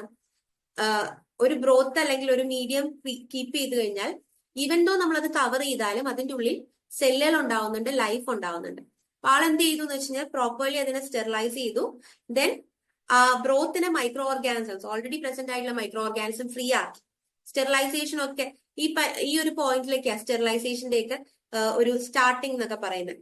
സോ മൈക്രോ ഓർഗാനിസം ഫ്രീ ആക്കിയ ഒരു ബ്രോത്ത് കീപ്പ് ചെയ്ത സമയത്ത് എന്ത് ചെയ്യുന്നു എന്ന് വെച്ച് കഴിഞ്ഞാൽ അതിൽ ഒരു രീതിയിലുള്ള സ്പോണ്ടേനിയസ് ആയിട്ടുള്ള ജനറേഷൻസ് ഒബ്സർവ് ചെയ്യാൻ പറ്റുന്നില്ല. സോ ആൾ എന്ത് ചെയ്തു? സ്പോണ്ടേനിയസ് തിയറിനെ കംപ്ലീറ്റ്ലി സിസ്റ്റമാറ്റിക്കലി വിത്ത് എവിഡൻസ് എന്ത് ചെയ്തു? ഡിസ്പ്രൂവ് ചെയ്തു. ക്ലിയർ അല്ലേ? ദെൻ ഈ പറയുന്ന സ്വാൻ നെക്ക് അല്ലെങ്കിൽ U type of neck remove ചെയ്തിട്ട് കീപ്പ് ചെയ്യുമ്പോൾ എഗെയിൻ മൈക്രോബിയൽ അക്യുമുലേഷൻ ഉണ്ടാവുന്നുണ്ടെന്നും കാണിച്ചു. അപ്പോൾ മൈക്രോബിയൽ കോണ്ടാക്ട് വരുമ്പോഴാണ് ഏതൊരു മീഡിയത്തിലും ഗ്രോത്ത് വിസിബിൾ ആവുന്നതെന്ന് കൂട്ടത്തിൽ അദ്ദേഹം പ്രൂവ് ചെയ്തു. അതിനെയാണ് ബയോജനസിസ് എന്ന് പറഞ്ഞ് ടേം ചെയ്യുന്നത്. ക്ലിയർ അല്ലേ? Okay, moving on. Next Joseph ലിസ്റ്റർ. ഇദ്ദേഹത്തെ പറ്റി കേട്ടിട്ടുണ്ടോ മക്കളെ? കണ്ടിട്ടുണ്ടോ? കേട്ടിട്ടുണ്ടോ? ആന്റിസെപ്റ്റിക് സർജറി, അസെപ്റ്റിക് ടെക്നിക്സ് ഒക്കെ ഇൻട്രൊഡ്യൂസ് ചെയ്തത് ഇദ്ദേഹമാണ്. ജോസഫ് ലിസ്റ്ററിന്റെ ഈ പറയുന്ന കണ്ടുപിടുത്തങ്ങളില്ലേ, അതായത് ആന്റിസെപ്റ്റിക് സർജറി അല്ലെങ്കിൽ അസെപ്റ്റിക് ആയിട്ടുള്ള കണ്ടീഷൻ കീപ്പ് ചെയ്യുന്ന ഒരു ടെക്നിക്സ്, ഇന്ന് വരെ ഇവോൾവ് ചെയ്ത് വന്നിരിക്കുന്ന സർജറീസ് അല്ലെങ്കിൽ നമ്മളിപ്പം മെഡിക്കൽ ഫീൽഡ് വളരെയധികം ഡെവലപ്പായി വളരെയധികം കാര്യമായിട്ട് ഫൈൻഡിങ്സ് നടക്കുന്നുണ്ട്. നമുക്കിപ്പം ചെയ്യാൻ പറ്റാത്തതായിട്ടുള്ള രീതിയിലുള്ള ഒരു രീതിയിലുള്ള ചേഞ്ചസും ഇല്ല. ഒരു മനുഷ്യ ശരീരത്തിൽ നമുക്ക് വേണ്ട രീതിയിലുള്ള എല്ലാ ചേഞ്ചസും അഡീഷനും സബ്ട്രാക്ഷനും ഒക്കെ നടത്താൻ പറ്റും എന്നൊക്കെ പറയുമ്പോഴും ജോസഫ് ലിസ്റ്ററിന്റെ ഈ ഒരു ഫൈൻഡിങ് ആണ് ഇതിന്റെ ഒക്കെ കീ. ഇതൊക്കെ വളരെ അടഞ്ഞിരുന്ന ക്ലോസ്ഡ് ആയിട്ടിരുന്ന ഈ കോൺസെപ്റ്റ് ഒക്കെ തുറക്കുന്നത് അദ്ദേഹത്തിന്റെ ഈ കണ്ടുപിടുത്തമാണ്. കാരണം നേരത്തെയും ഈ പറയുന്നത് പോലെ സർജറീസിനോട് സിമിലർ ആയിട്ടുള്ള ആക്ട് ഒക്കെ എല്ലാവരും പെർഫോം ചെയ്തിരുന്നിരിക്കാം. പഴയ കാലത്തുള്ള മെഡിക്കൽ പ്രാക്ടീഷണേഴ്സും ഒക്കെ സർജറീസിനോട് റിസംബിൾ ചെയ്തിട്ടുള്ള ആക്ട് ഒക്കെ ചെയ്തിട്ടുണ്ടാവും. പക്ഷെ ഇപ്പോഴും ഇൻഫെക്ഷൻസ് ആയിട്ട് അത് ഫെയിലിയറിലേക്ക് പോകുന്നതിന്റെ മെയിൻ റീസൺ എന്ന് പറയുന്നത് യൂസ് ചെയ്യുന്നതായിട്ടുള്ള സാധനങ്ങളുമായിട്ട് ഈ മൈക്രോബിയൽ കണ്ടാമിനേഷൻ ആണ്. അപ്പോൾ ലിസ്റ്ററിന്റെ ഈ ഫൈൻഡിങ്ങുകൾ എന്ത് ചെയ്തു എന്ന് വെച്ച് കഴിഞ്ഞാല് ഇങ്ങനെയുള്ള കോംപ്ലിക്കേറ്റഡ് ആയിട്ടുള്ള കാര്യങ്ങൾ എന്താ ബേസിക്കലി ആനിമൽ ബോഡി ആയിട്ടോ ഒക്കെ ചെയ്യുന്ന സമയത്ത് അസെപ്റ്റിക് ആയിട്ടുള്ള കണ്ടീഷൻസ് അല്ലെങ്കിൽ ടെക്നിക്സ് യൂസ് ചെയ്യേണ്ടതിന്റെ ഇമ്പോർട്ടൻസ് ആള് ഇൻട്രൊഡ്യൂസ് ചെയ്തു. ഇപ്പൊ നമ്മള് ഇപ്പം ലാബിലൊക്കെ കയറിയിട്ടുള്ള എക്സ്പീരിയൻസ് ഉള്ള കുട്ടികൾക്ക് അറിയായിരിക്കും, നമ്മൾ ഓട്ടോക്ലേവ് ചെയ്യും. ഓട്ടോക്ലേവ് ചെയ്ത് മൈക്രോബയോളജിയിലെ ഒരു മെയിൻ ആളാണ് ഓട്ടോക്ലേവ്. കാരണം എന്താ വെച്ചാൽ നമ്മൾ യൂസ് ചെയ്യുന്ന സാധനങ്ങളൊക്കെ നമ്മളുടെ സൈഡിൽ നിന്നുള്ള കണ്ടാമിനേഷൻ ഒന്നും ഇല്ലാണ്ടിരിക്കാനായിട്ട് ആണ് ഓട്ടോക്ലേവ് ചെയ്യുന്നത്. ഒരു സർട്ടൺ ലെവൽ ഓഫ് പ്രഷറിൽ ടെമ്പറേച്ചർ കൊടുത്ത് ഒരു 15 മിനിറ്റോളം കീപ്പ് ചെയ്യുമ്പോൾ അതിലുള്ള മൈക്രോബിയൽ ഗ്രോത്ത് ഇൻക്ലൂഡിങ് സ്പോർസ് നശിച്ചു പോകുന്ന പറയുന്നത്. അതിന്റെയൊക്കെ സ്റ്റാർട്ടിങ് അദ്ദേഹത്തിന്റെയാണ്. അപ്പം ജോസഫ് ലിസ്റ്ററിന്റെ കോൺട്രിബ്യൂഷൻസ്, ആളുടെ അക്കൗണ്ടിലുള്ള കോൺട്രിബ്യൂഷൻസ് എന്താണ്? ആന്റിസെപ്റ്റിക് സർജറി, അസെപ്റ്റിക് ടെക്നിക്സ്, സർജറിക്ക് വേണ്ടിയിട്ടുള്ള അല്ലെങ്കിൽ സർജിക്കൽ ഇൻസ്ട്രുമെന്റ്സിന്റെ ഒക്കെ സ്റ്റെറിലൈസേഷൻ പോലുള്ള സ്റ്റെപ്പുകളൊക്കെ ഇൻട്രൊഡ്യൂസ് ചെയ്തത് ജോസഫ് ലിസ്റ്റർ ആണ്. Okay, then ടിൻഡൻ.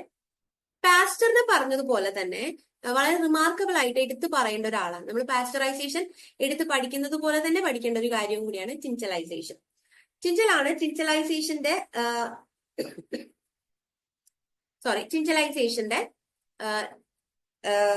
കണ്ടുപിടുത്തം നടത്തിയിരിക്കുന്നത്. ആളുടെ പേരിന് അക്കോർഡിംഗ് ആണ് നമ്മൾ ടിൻചലൈസേഷൻ എന്ന് പറയുന്നത്. ഇതും വലിയതായിട്ടുള്ള രീതിയിലുള്ള ചേഞ്ചസ് ഒന്നുമില്ല, ഒരു കൈൻഡ് ഓഫ് ഒരു സ്റ്റെറിലൈസേഷൻ മെത്തേഡ് തന്നെയാണ്. ഹീറ്റ് ചെയ്ത് കൂൾ ചെയ്ത് കണ്ടിന്യൂസ്ലി സീക്വൻഷ്യൽ ആയിട്ട് ചെയ്ത് എൻറ്റയർ ബാക്ടീരിയൽ അല്ലെങ്കിൽ മൈക്രോബിയൽ സ്പോർസിനെ വരെ എന്താ ചെയ്യുന്നത്, ഡിസ്ട്രോയ് ചെയ്യാനുള്ള ഒരു മെക്കാനിസമാണ് ടിൻചലൈസേഷൻ. ടിൻചലൈസേഷൻ നിങ്ങൾക്ക് എന്തുമായിട്ട് റിസംബിൾ ചെയ്ത് പഠിക്കാന്നറിയാമോ? നമ്മുടെ ഇന്റർമിറ്റന്റ് സ്റ്റെറിലൈസേഷൻ എന്ന് പറയും. ഇപ്പം ഇന്റർമിറ്റന്റ് എന്നൊരു വാക്ക് ഇപ്പൊ എല്ലാവർക്കും ഫെമിലിയർ അല്ലേ, വളരെ ട്രെൻഡിങ് ആയിട്ട് പോയിക്കൊണ്ടിരിക്കുന്ന ഒരു ഫാസ്റ്റിംഗ് ടെക്നിക്ക് അല്ലെ, ഇന്റർമിറ്റന്റ് ഫാസ്റ്റിംഗ്. ഇന്റർമിറ്റന്റിന്റെ വേർഡ് എന്ന് പറയുന്നത് ഓരോ ഈക്വൽ ഇന്റർവെൽസിൽ എന്നുള്ളതാണ് അർത്ഥം വെക്കുന്നത്.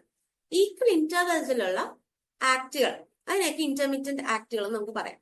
അപ്പൊ ഇന്റർമിറ്റന്റ് സ്റ്റെറിലൈസേഷൻ എന്ന് പറയുന്നത് ഒരു സർട്ടൺ ഡിഗ്രി ഓഫ് ടെമ്പറേച്ചർ, അതായത് 80 to 100 ഡിഗ്രി സെൽഷ്യസിൽ, ബോയിലിംഗ് പോയിന്റിന് മുമ്പേ എന്നുള്ളതാണ് ഒരു കോൺസെപ്റ്റ് പറയുന്നത്.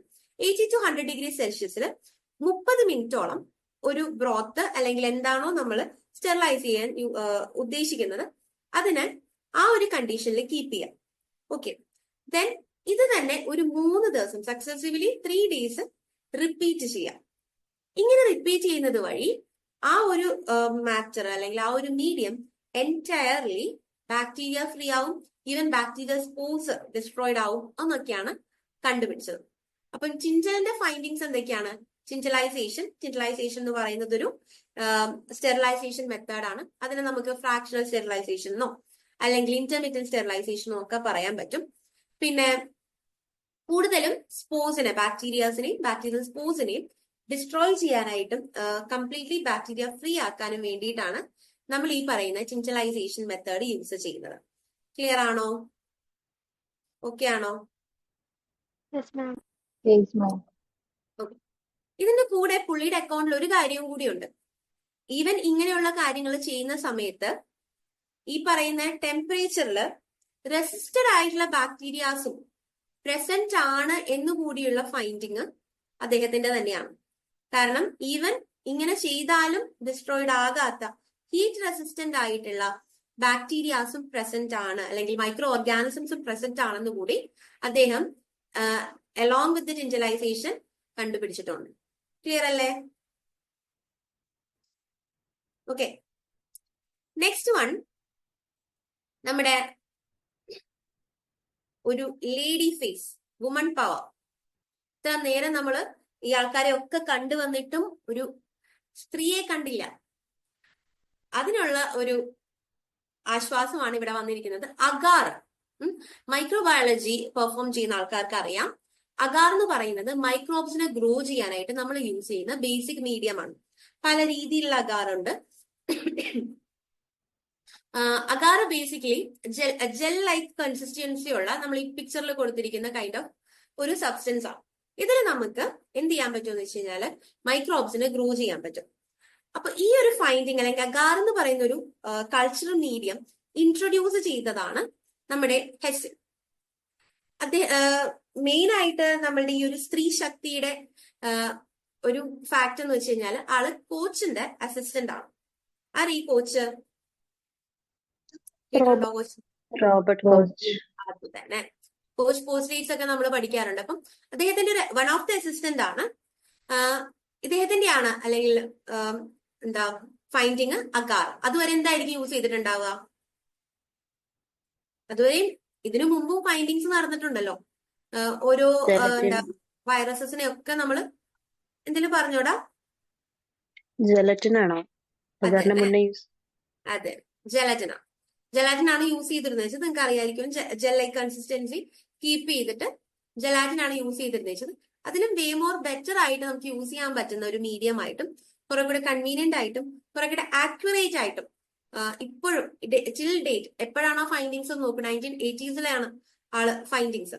അപ്പൊ ടിൽ ഡേറ്റ് നമ്മൾ എന്താ യൂസ് ചെയ്യുന്നത്? കൾച്ചറൽ മീഡിയം ആയിട്ട് അഗാർ തന്നെയാണ് യൂസ് ചെയ്യുന്നത്. ഓട്ടോക്ലേവ് ഒക്കെ ചെയ്ത് മൈക്രോബിയൽ ഫ്രീ ആക്കിയിട്ട് പ്ലേറ്റ്സിൽ ഈ ഡെമോൺസ്ട്രേറ്റ് ചെയ്തിരിക്കുന്ന പോലെ പ്ലേറ്റ്സിലൊക്കെ പോർ ചെയ്തിട്ട് നമ്മൾ ചെയ്യുന്നത് ടിൽ ഡേറ്റ് അഗാർ തന്നെയാണ്. പല ടൈപ്പ് ഓഫ് അഗാർ പല ടൈപ്പ് ഓഫ് മീഡിയം ആയിട്ട് യൂസ് ചെയ്യാറുണ്ട്. ഈ ഒരു ഫൈൻഡിങ് മാത്രമാണ് നമുക്ക് ഇവിടെ ഉള്ളത്. കോച്ചിന്റെ അസിസ്റ്റന്റ് ആണ്, ആളുടെ ഇൻവോൾവ്മെന്റോട് കൂടി. അസിസ്റ്റന്റിനെ പറഞ്ഞു കഴിഞ്ഞിട്ട് കിങ് ഓഫ് ദി ഷോ പറയാതെ എങ്ങനെയാ അല്ലെ? കോച്ച് പോസ്റ്റ്ലേറ്റ്സ് എന്ന് പറയും. കോച്ച് നിങ്ങൾക്ക് അറിയാം, റോബർട്ട് കോച്ച് നമ്മൾ പറയുന്ന നമ്മുടെ ലൂയി പാസ്റ്ററിന്റെയും ലിസ്റ്ററിന്റെയും ഒക്കെ ലിസ്റ്റ് എടുക്കുന്ന കൂട്ടത്തിൽ വളരെ എടുത്തു പറയുന്ന സയന്റിസ്റ്റ് ആണ്. നിങ്ങൾക്ക് എല്ലാവർക്കും ഫെമിലിയർ ആയിട്ടുള്ള ഒരാളാണ്. പഠിക്കുന്ന കാലം തൊട്ട് നമ്മൾ കേൾക്കുന്ന ഒരാളുമാണ്. അപ്പൊ ബേസിക്കലി പുള്ളി എന്താ ചെയ്തത്? Developed a set of criterias for linking specific micro organism to specific disease. ഇതുവരെയുള്ള കാര്യങ്ങൾ മൈക്രോ ഓർഗാനിസം കൊണ്ട് ഡിസീസസ് കോസ് ചെയ്യുന്നുണ്ട് എന്നൊക്കെ പറഞ്ഞു പോകുന്ന സ്ഥലങ്ങളിൽ നിന്ന് ഓരോരോ മൈക്രോ ഓർഗാനിസംസ് ഓരോരോ എന്താ പെർട്ടിക്കുലർ ആയിട്ടുള്ള ഡിസീസ് കോസ് ചെയ്യുന്നത് ഇന്ന മൈക്രോ ഓർഗാനിസം ആണ്, അല്ലെങ്കിൽ ഈ ഒരു ഡിസീസ് മൈക്രോ ഓർഗാനിസം കൊണ്ടാണ് ഉണ്ടാകുന്നത് എന്നൊക്കെ കണ്ടുപിടിക്കുന്നത് പോസ്റ്റിന്റെ ഇൻട്രൊഡക്ഷനോടെ അല്ലെങ്കിൽ പോസ്റ്റിന്റെ ഫൈൻഡിങ്സിൽ നിന്നാണ്. അപ്പം discovery of disease causing bacteria എന്ന് നമുക്ക് പറയാൻ പറ്റും. അദ്ദേഹത്തിന്റെ അക്കൗണ്ടിലുള്ള ഫൈൻഡിങ് എന്ന് പറയുന്നത് എടുത്തു പറയേണ്ടത് ഡിസീസ് കോസിങ് ആയിട്ടുള്ള ബാക്ടീരിയാസ് അല്ലെങ്കിൽ ഡിസീസ് കോസിങ് ആയിട്ടുള്ള മൈക്രോ ഓർഗാനിസംസിനെ സ്പെസിഫിക്കലി എടുത്തു പറഞ്ഞു എന്നുള്ളതാണ്. ട്യൂബർക്കുലോസിസ്, കോളറ, ആന്ത്രാക്സ് ഒക്കെയാണ് എടുത്തു പറയാനുള്ളത്. ഈ ആന്ത്രാക്സിന്റെ വാക്സിൻ ആരാ കണ്ടുപിടിച്ചത്? ആരാ കണ്ടുപിടിച്ചത്? Louis Pasteur. അപ്പം ആന്ത്രാക്സ് ഒരു ഡിസീസ് കോസിങ് ഒരു ബാക്ടീരിയൽ ഡിസീസ് ആണെന്നും ആന്ത്രാക്സിനെ ഉണ്ടാക്കുന്ന ബാക്ടീരിയാസിന്റെ ഇൻവോൾവ്മെന്റ് ഒക്കെ കണ്ടുപിടിച്ചത് കോച്ചാണ്. നമുക്ക് ഇങ്ങനെ കുറെ ഓവർലാപ്പ് ചെയ്ത് വരുന്ന കാര്യങ്ങളൊക്കെ ഉണ്ടാവും കേട്ടോ. അപ്പൊ നിങ്ങൾ പ്രോപ്പർലി അതിനെ ഡിസ്റ്റിങ്വിഷ് ചെയ്യാനുള്ള സിസ്റ്റംസ് ക്രിയേറ്റ് ചെയ്തിട്ട് വേണം പഠിച്ചു പോവാനെ. പേര് കണ്ടു ഓക്കെ അപ്പൊ തന്നെ ആളെ ക്ലിക്ക് ചെയ്യുന്ന രീതി ചെയ്യരുത്. ദെൻ കോച്ചിന്റെ പോസ്റ്റ്ലേറ്റ്സ് ആണ് വളരെ ഫേമസ് ആയിട്ടുള്ളത്. കോച്ച് പോസ്റ്റ്ലേറ്റ്സ് എടുത്തു പറയേണ്ടതാണ്, പഠിക്കേണ്ടതാണ്. കോച്ചിന്റെ ഈ ഒരു പോസ്റ്റ്ലേറ്റ്സ് എന്ന് പറയുന്ന കോൺസെപ്റ്റിൽ നിന്ന് വരാൻ സാധ്യതയുള്ള ക്വസ്റ്റ്യൻസ് സീക്വൻഷ്യൽ അറേഞ്ച്മെന്റ്സ് വരാം, അല്ലെങ്കിൽ കുറച്ചധികം ഫൈൻഡിങ്സ് തന്നിട്ട് ഇതിൽ ഏത് കോച്ചിന്റെ പോസ്റ്റ്ലേറ്റ്സ് ആയിട്ട് വരുന്നു എന്നൊക്കെ പിക്ക് ചെയ്ത് എഴുതാനുള്ള ക്വസ്റ്റ്യൻസ് ഒക്കെ വരും. ഞാൻ പറഞ്ഞു പോകുന്നതിന്റെ കൂട്ടത്തിൽ തന്നെ മോഡൽ ഓഫ് ക്വസ്റ്റ്യൻസും പറഞ്ഞു പോകുന്നത് നിങ്ങൾ ആ ഒരു രീതിയിൽ ഡിസൈൻ ചെയ്ത് അതിനെ പഠിക്കാൻ വേണ്ടിയിട്ടാണ് കേട്ടോ. നമ്മൾ പ്രാക്ടീസ് ക്വസ്റ്റ്യൻസ് ഒക്കെ അല്ലെങ്കിൽ നെക്സ്റ്റ് ക്വസ്റ്റ്യൻ ഡിസ്കസ് ചെയ്യുന്ന സമയമാകുമ്പോൾ നിങ്ങൾക്ക് മനസ്സിലാവും എങ്ങനെയൊക്കെ ആയിരിക്കും ഇതിൽ നിന്ന് ക്വസ്റ്റ്യൻ വരാം. പിന്നെ കുറെയൊക്കെ പ്രെഡിക്റ്റബിൾ ആണ്, നമുക്ക് അറിയായിരിക്കുമല്ലോ. പ്രെഡിക്റ്റബിൾ ഇൻ സെൻസ് എങ്ങനത്തെ ക്വസ്റ്റ്യൻസ് വരും? ഡിസ്കവറീസ് വരും, ആരാണ് ഡിസ്കവർ ചെയ്തതെന്ന് വരും, ഇയേഴ്സ് വരും, ഏത് എറയിലാണെന്ന് വരാം. ഓക്കെ, അപ്പൊ എങ്ങനെയൊക്കെ കണക്ട് ചെയ്തിട്ടുണ്ടെന്ന് വരാം. ഇതൊക്കെയാണ് മെയിൻലി ഈ ഒരു പോർഷനിൽ നിന്ന് വരുന്ന ക്വസ്റ്റ്യൻസും മോഡൽസ് എന്ന് പറയുന്നത്. പിന്നെ അത് പല ഫോമിൽ വരാം. ചിലപ്പം മാച്ച് ദ ഫോളോയിങ് വരാം, ചിലപ്പോൾ പിക്ക് ആൻഡ് റൈറ്റ് എന്നുള്ള രീതിയിൽ ഡയറക്ട്ലി ക്വസ്റ്റ്യൻ വരാം, അല്ലെങ്കിൽ ഒരു കഥയൊക്കെ പറഞ്ഞ് നല്ല രീതിക്ക് പറഞ്ഞിട്ട് ഒരു ക്വസ്റ്റ്യൻ അതിൽ നിന്ന് ചോദിക്കാം. ഇതൊക്കെയാണ് മോഡൽസ് കേട്ടോ. ക്ലിയർ അല്ലേ? കുറച്ച് സ്പീഡ് ഉണ്ടോ? ഓവർ സ്പീഡിലാണോ പോകുന്നത് ഞാൻ? ആണോ? അല്ല, ഓക്കെ ആണ്. ഓക്കെ ആണ്, കുഴപ്പമില്ല. നിങ്ങൾ റഷിലായിരിക്കില്ല, അതുകൊണ്ടാണ് ഞാനിങ്ങനെ ലാഗ് ചെയ്ത് കഥയൊക്കെ പറഞ്ഞു പോയാ ഹിസ്റ്ററി ആയതുകൊണ്ട് കൂടി ഓറടിച്ച് ഉറങ്ങി വീഴും ചിലപ്പോ. ഓക്കെ, അപ്പം കോച്ചിന്റെ പോസ്റ്റ്ലേറ്റ്സിന്റെ ഒരു ഡെമോൺസ്ട്രേഷൻ മക്കളെ കൊടുത്തിട്ടുള്ളത്. നോക്കൂ, ഹെൽത്തി ആയിട്ടുള്ള ഒരു ഓർഗാനിസത്തിൽ ഒരു രീതിയിലുള്ള മൈക്രോബിയൽ ഫൈൻഡിങ്സും ഇല്ല. ഓക്കെ, ഒരു ഹെൽത്തി ഓർഗാനിസം എന്ന് പറയുന്നത്, അതായത് ഡിസീസ് ഫ്രീ എന്നുള്ള കണ്ടീഷനുള്ള ഒരു ഓർഗാനിസത്തിൽ ഒരു രീതിയിലുള്ള മൈക്രോബിയൽ ഗ്രോത്തും ഫൈൻഡ് ചെയ്യാൻ പറ്റുന്നില്ല. സോ അങ്ങനെയുള്ളത് കൊണ്ടാണ് അത് ഡിസീസ് ഫ്രീ ആയിട്ട് ഇരിക്കുന്നത്. ദെൻ ഡിസീസ്ഡ് ആയിട്ടുള്ള ഒരു ഓർഗാനിസത്തിൽ നമുക്ക് എന്ത് കാണാൻ പറ്റും? ഒരു മൈക്രോബിയൽ പ്രസൻസ് ഉണ്ടാവും. അതിനെ കോസേറ്റീവ് ഓർഗാനിസം, അതായത് ആ കണ്ടീഷൻ എന്താണോ ആ ഒരു ബോഡിയിലുള്ള ഡിസീസ് കണ്ടീഷൻ അതുണ്ടാക്കിയ ഓർഗാനിസം പോസിറ്റീവ് ഓർഗാനിസം ആയിട്ട് ഐഡന്റിഫൈ ചെയ്ത് അതിനെ സെപ്പറേറ്റ് ചെയ്ത് അല്ലെങ്കിൽ ഐസൊലേറ്റ് ചെയ്ത് അതിനെ വേറൊരു ഹെൽത്തി ആയിട്ടുള്ള ഓർഗാനിസത്തിലേക്ക് ഇൻജെക്ട് ചെയ്ത് ആ സെയിം ഡിസീസ് കണ്ടീഷൻ നമ്മൾ ഇൻജെക്ട് ചെയ്ത എക്സ്പെരിമെന്റൽ ഓർഗാനിസത്തിലും ഒബ്സർവ് ചെയ്യാൻ പറ്റുന്ന ഈ ഒരു സീരീസ് ഓഫ് എക്സ്പെരിമെന്റ് വഴിയാണ് ഒരു ഡിസീസ് കോസിങ് ഓർഗാനിസം എന്ന് പറയുന്ന ഒരു കോൺസെപ്റ്റ് വരുന്നത്. ഞാൻ തുടക്കത്തിൽ പറഞ്ഞ പാത്തോജന്റെ കഥയൊക്കെ ഇല്ലേ? പാത്തോജൻ എന്താണ്? നമുക്ക് അസുഖം ഉണ്ടാക്കുന്ന micro organism, disease causing micro organism. അപ്പം ഡയറക്ട്ലി നമുക്ക് എന്ത് പറയാൻ പറ്റും? കോച്ചിന്റെ postulates disease causing micro organism അഥവാ പാത്തോജൻസിനെ ഡെമോൺസ്ട്രേറ്റ് ചെയ്യാണ് ചെയ്തിട്ടുള്ളത്. അപ്പൊ എന്തായിരുന്നു? ഹെൽത്തി ആയിട്ടുള്ള ഒരാളിൽ ഈ പറയുന്ന മൈക്രോബിയൽ ആക്ഷൻസ് ഒന്നും ഇല്ല, ഡിസീസ് കണ്ടീഷൻ ഇല്ല, മൈക്രോബ്സിന്റെ പ്രസൻസ് ഇല്ല, ഒരു കോസേറ്റീവ് ഓർഗാനിസത്തിനെയും ഐസൊലേറ്റ് ചെയ്യാൻ പറ്റിയിട്ടില്ല. പക്ഷെ ഡിസീസ്ഡ് അല്ലാത്ത കണ്ടീഷനിൽ എന്ത് പറ്റുന്നുണ്ട്? പറഞ്ഞു പോവാണ് അല്ലെ. ഡിസീസ്ഡ് ആയിട്ടുള്ള ഒരു ഓർഗാനിസത്തില് ഒരു മൈക്രോബിയൽ പ്രസൻസ് ഉണ്ട്. അതിനെ നമ്മൾ ഐസൊലേറ്റ് ചെയ്ത് സെയിം മൈക്രോ ഓർഗാനിസത്തിനെ ഒരു ഹെൽത്തി ആയിട്ടുള്ള ഇൻഡിവിജ്വൽ, ഒരു എക്സ്പെരിമെന്റൽ ഇൻഡിവിജ്വലിലേക്ക് ഇനോക്കുലേറ്റ് ചെയ്ത സമയത്ത് അല്ലെങ്കിൽ ഇൻജെക്ട് ചെയ്ത സമയത്ത് എന്താണോ ആ ഡിസീസ്ഡ് ഓർഗാനിസത്തിൽ ഉണ്ടായിരുന്ന കണ്ടീഷൻ അതേ സെയിം കണ്ടീഷൻ ഇവിടെയും ഒബ്സർവ് ചെയ്യാൻ പറ്റുന്നുണ്ട്. അവരിൽ നിന്നും നമ്മൾ ഈ പറയുന്ന കോസേറ്റീവ് ഏജന്റിനെ ഐസൊലേറ്റ് ചെയ്ത സമയത്ത് സെയിം ഓർഗാനിസം തന്നെയാണെന്നും പ്രൂവ് ചെയ്യുന്നുണ്ട്. അപ്പോൾ ഒരു ഓർഗാനിസത്തിന് ഒരു set of disease conditions cause ചെയ്യാൻ പറ്റും, മൈക്രോ ഓർഗാനിസത്തിന് അതിനുള്ള എബിലിറ്റി ഉണ്ടെന്ന് കോച്ച് എന്ത് ചെയ്തു? പ്രൂവ് ചെയ്തു വിത്ത് എവിഡൻസ്. പോസ്റ്റ്ലേറ്റ്സ് ആയിട്ട് 4 പോസ്റ്റ്ലേറ്റ്സ് ആയിട്ട് കൃത്യമായിട്ട് പറഞ്ഞ് അതിനെ ഡെമോൺസ്ട്രേറ്റ് ചെയ്തു. ഓക്കെ, ഇനി അടുത്ത ആള് ശരിക്കും പറഞ്ഞു കഴിഞ്ഞാല് നമ്മളുടെ ബുക്സിലൊക്കെ സെപ്പറേറ്റ് ആയിട്ടാണ് പറയുന്നത്. ഈ ഒരു ടൈം ലൈനിലേക്ക് ഇൻക്ലൂഡ് ചെയ്തിട്ടല്ല പറയുന്നത്, സെപ്പറേറ്റ് ആയിട്ടാണ് ക്രിസ്ത്യൻ ഗ്രാമിനെ പറ്റി പറയുന്നത്. പക്ഷെ ഞാൻ ആ ഒരു ടൈം ലൈനിൽ നിങ്ങൾക്ക് കൃത്യമായിട്ട് ഇയേഴ്സ് എഴുതി പഠിക്കുന്ന സമയത്ത് ആളെ കൂടി ഇൻക്ലൂഡ് ചെയ്യണം. ബിക്കോസ് വളരെ റിമാർക്കബിൾ ആയിട്ടുള്ള കോൺട്രിബ്യൂഷൻസ് മൈക്രോബയോളജി ബ്രാഞ്ചിലേക്ക് കൊടുത്തിട്ടുള്ള ഒരു ഗ്രേറ്റ് സയന്റിസ്റ്റ് ആണ് ഹാൻസ് ക്രിസ്ത്യൻ ഗ്രാം. ഓക്കെ, ആളുടെ കാലഘട്ടം എന്ന് പറയുന്നത് 1884 ആണ്. ഗ്രാം സ്റ്റെയിനിങ് ആണ് അദ്ദേഹത്തിന്റെ ഫൈൻഡിങ്. അപ്പൊ നിങ്ങൾക്ക് അറിയായിരിക്കുമല്ലോ, ഗ്രാം സ്റ്റെയിനിങ് ഒക്കെ നമുക്ക് ഫെമിലിയർ അല്ലേ? നമ്മൾ ഏതെങ്കിലും ഒരു അവസ്ഥയിൽ ഒരു പ്രാവശ്യമെങ്കിലും ഗ്രാം സ്റ്റെയിനിങ് ചെയ്തിട്ടുണ്ടാവും ലൈഫ് സയൻസ് സ്റ്റുഡൻസ്, ഇല്ലേ? ചെയ്തിട്ടുണ്ടോ? ഏറ്റവും വേഗം അല്ലെ, ഏറ്റവും വേഗം ഗ്രാം സ്റ്റെയിനിങ് ഒക്കെ കിട്ടുന്ന ദിവസം സന്തോഷമാണ്. 10-15 മിനിറ്റ് കൊണ്ട് കാര്യവും കഴിഞ്ഞ് ഫിനിഷ് ഗോ അവസ്ഥയാണ് നമുക്ക്. ഇപ്പൊ ഗ്രാം സ്റ്റെയിനിങ് എന്ന് പറഞ്ഞാൽ വളരെ ക്വിക്ക് ആയിട്ടുള്ള ഒരു സ്റ്റെയിനിങ് ടെക്നിക്കാണ്. ഈ സ്റ്റെയിനിങ് എന്തിനാണെന്ന് വെച്ച് കഴിഞ്ഞാൽ ഐഡന്റിഫിക്കേഷന് വേണ്ടിയിട്ടാണ്. ബാക്ടീരിയാസ് ബേസിക്കലി 2 കാറ്റഗറി ആണെന്നും 2 ടൈപ്പ് ഉണ്ടെന്ന് കണ്ടുപിടിച്ചു. ആ 2 ടൈപ്പ് ബാക്ടീരിയാസിനെ ഡെമോൺസ്ട്രേറ്റ് ചെയ്യുന്നത് ഈ പറയുന്ന ഗ്രാം സ്റ്റെയിനിങ് മെത്തേഡ് കൂടിയാണ്. അത് കണ്ടുപിടിച്ച ആളാണ് ഹാൻസ് ക്രിസ്ത്യൻ ഗ്രാം. 1884 ആണ് അദ്ദേഹത്തിന്റെ പ്രവർത്തന വർഷം. ഗ്രാം സ്റ്റെയിനിങ്ങിന്റെ ഫൈൻഡിങ് ഒക്കെ അദ്ദേഹത്തിന്റെ ആ ടൈമിലാണ് ഉള്ളത്. ടൈം ലൈൻ എഴുതി പഠിക്കാൻ വേണ്ടിയിട്ടാണോ ഞാൻ ഇത് പറയുന്നത്. എല്ലാവരിലെയും കൃത്യമായിട്ട് ഇയർ ബേസ് ചെയ്തിട്ടാണ് ഞാൻ അറേഞ്ച് ചെയ്ത് വെച്ചിട്ടുള്ളത് കേട്ടോ. ഓക്കെ, അദ്ദേഹത്തിനെ നമുക്ക് ഗോൾഡൻ എറയിൽ കണക്ട് ചെയ്ത് പറയാൻ പറ്റുന്നതാണ്. അപ്പം ഗ്രാം സ്റ്റെയിനിങ് എന്ന് പറയുന്ന മെത്തേഡ് യൂസ് ചെയ്ത് നമുക്ക് നോക്കിക്കേ, ഗ്രാം നെഗറ്റീവ് ബാക്ടീരിയനെയും ഗ്രാം പോസിറ്റീവ് ബാക്ടീരിയനെയും ഐഡന്റിഫൈ ചെയ്യാൻ പറ്റും. അപ്പൊ എങ്ങനെയാണ് ഈ ഗ്രാം പോസിറ്റീവും ഗ്രാം നെഗറ്റീവും മനസ്സിലാകുന്നത്? നമുക്ക് ഗ്രാം സ്റ്റെയിനിങ് എന്ന് പറഞ്ഞത് എൻറ്റയർ ടോപ്പിക് വേറെയുണ്ട്, അവിടെ നമ്മൾ ഡീറ്റെയിൽ ആയിട്ട് പറയും. ഞാനിവിടെ ജസ്റ്റ് അതിന്റെ സർഫസ് ആയിട്ടുള്ള കാര്യങ്ങൾ മാത്രമാണ് പറയുന്നത്. സെൽ വോളിന്റെ പ്രോപ്പർട്ടീസിന്റെ ബേസ് ചെയ്തിട്ടുള്ള 2 കാറ്റഗറി ഓഫ് ബാക്ടീരിയാസിന്റെയും സെൽ വോളിന്റെ കോമ്പോസിഷനിലുള്ള ചേഞ്ചസിന്റെ ബേസിലാണ് ഈ പറയുന്ന ഗ്രാം സ്റ്റെയിനിങ് വരുന്നത്.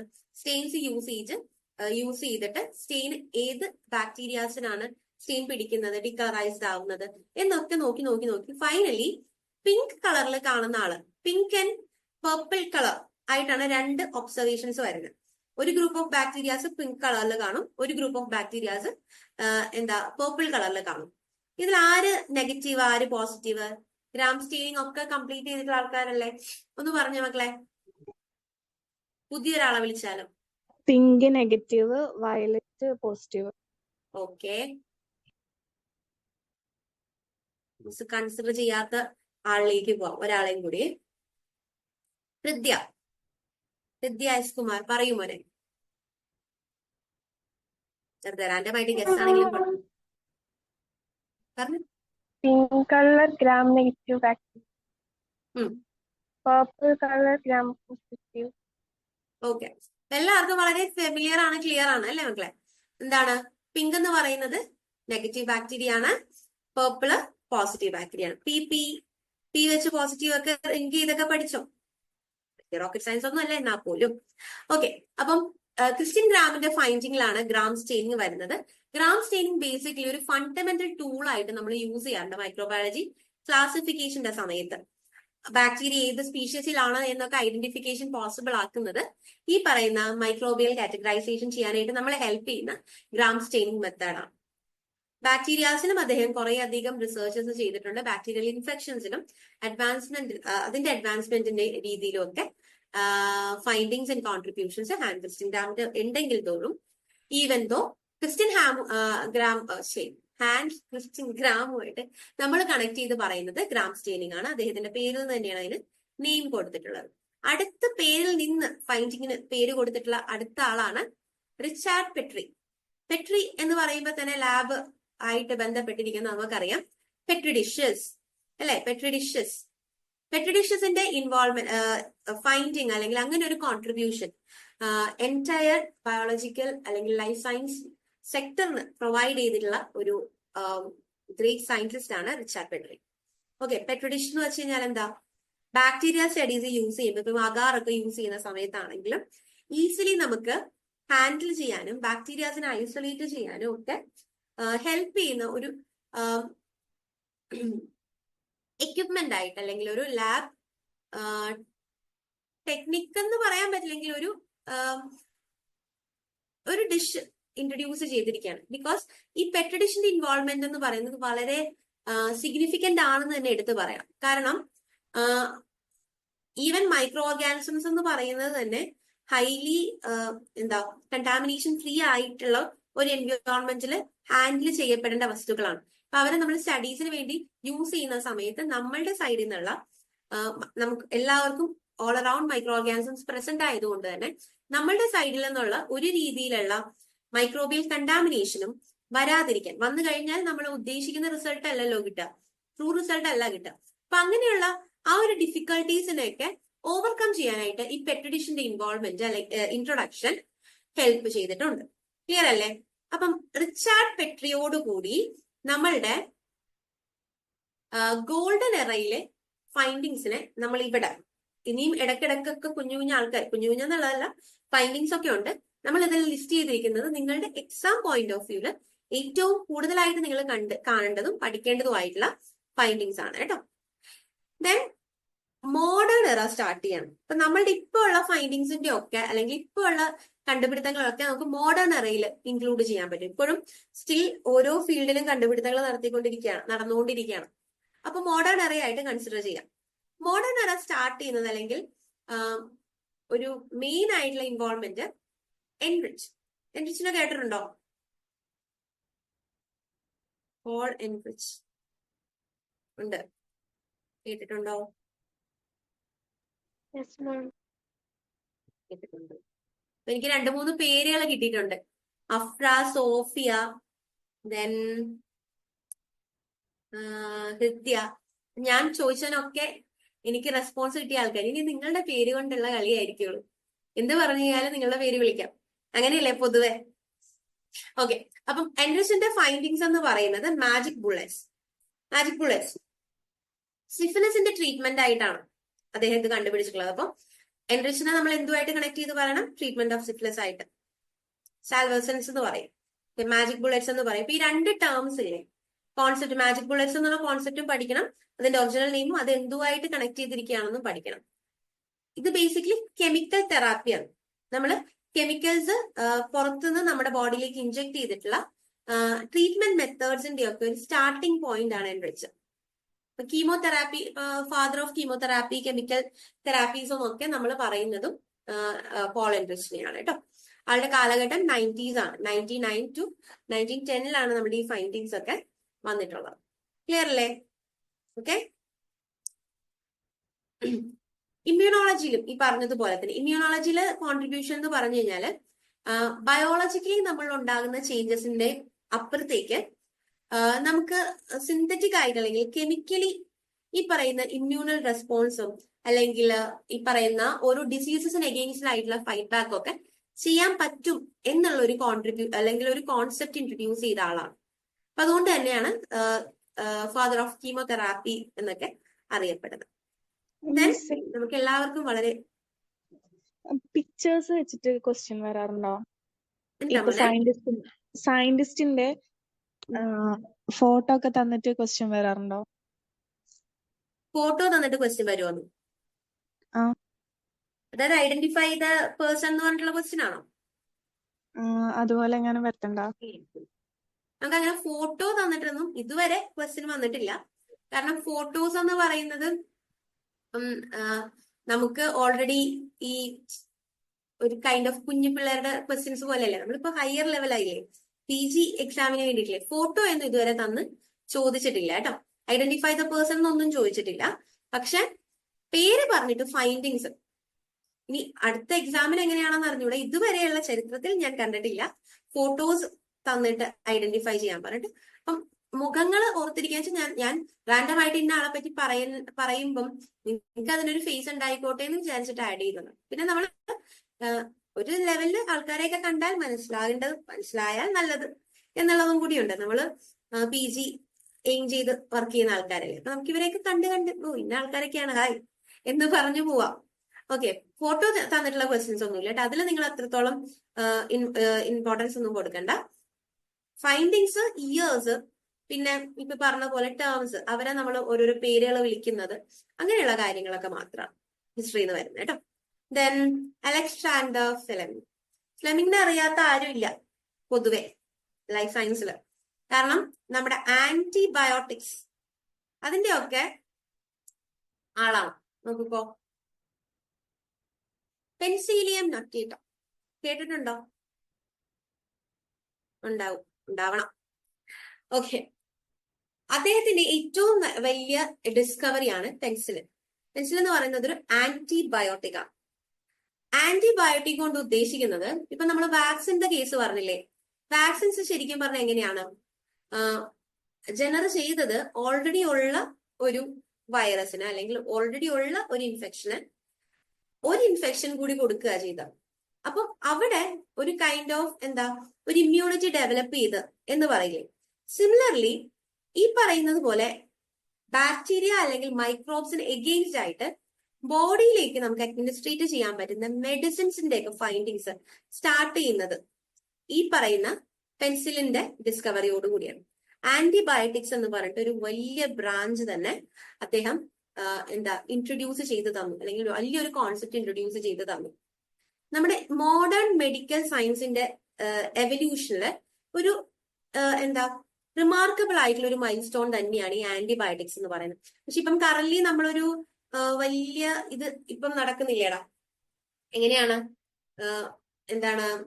ഈ ആന്റിബയോട്ടിക്സ് ഓവറായിട്ട് നമ്മൾ യൂസ് ചെയ്യുന്നു.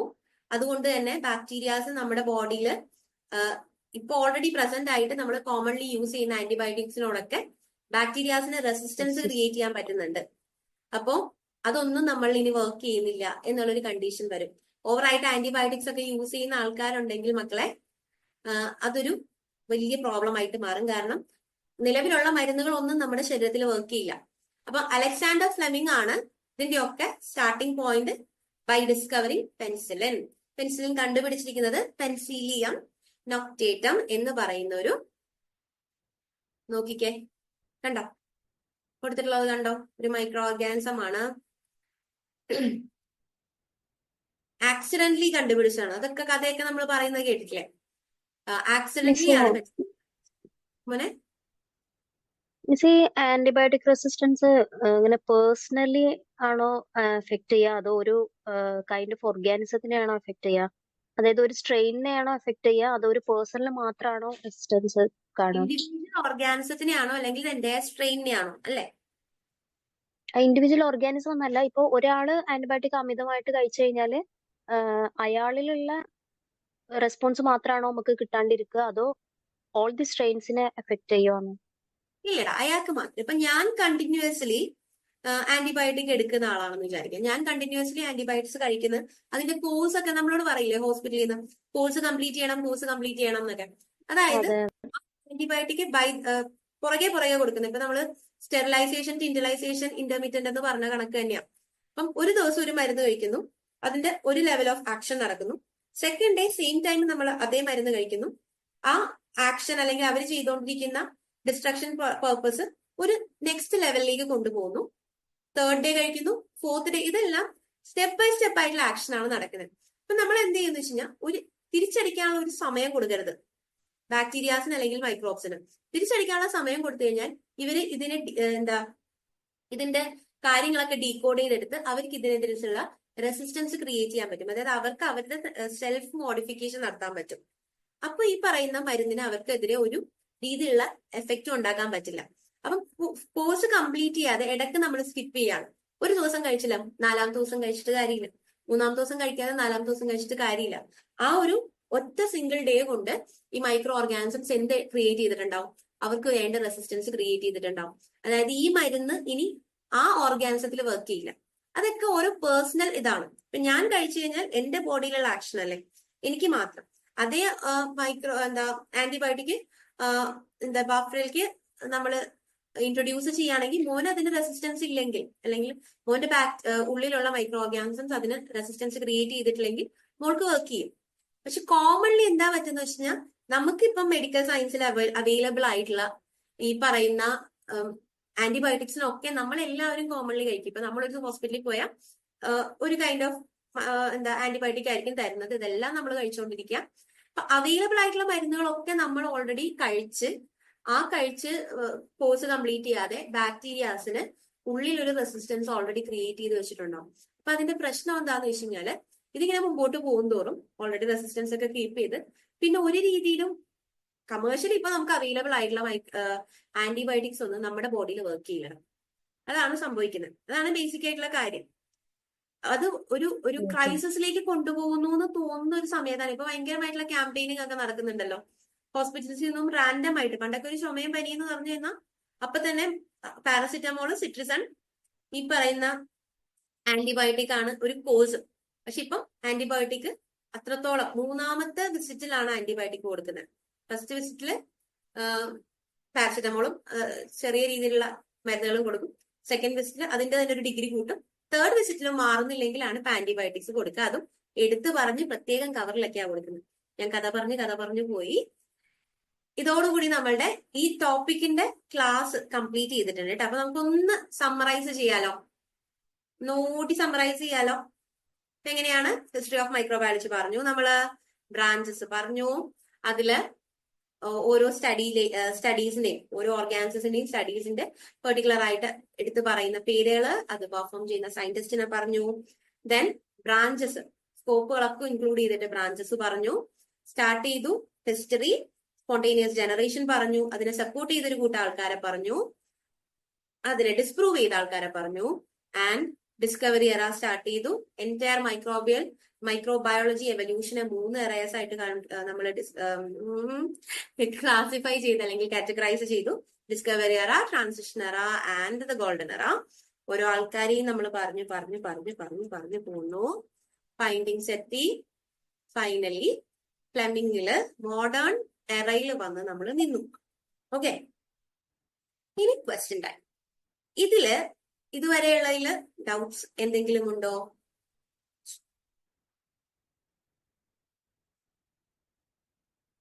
ഡൗട്ട്സ് ഉണ്ടോ മക്കളെ? ആരെങ്കിലും?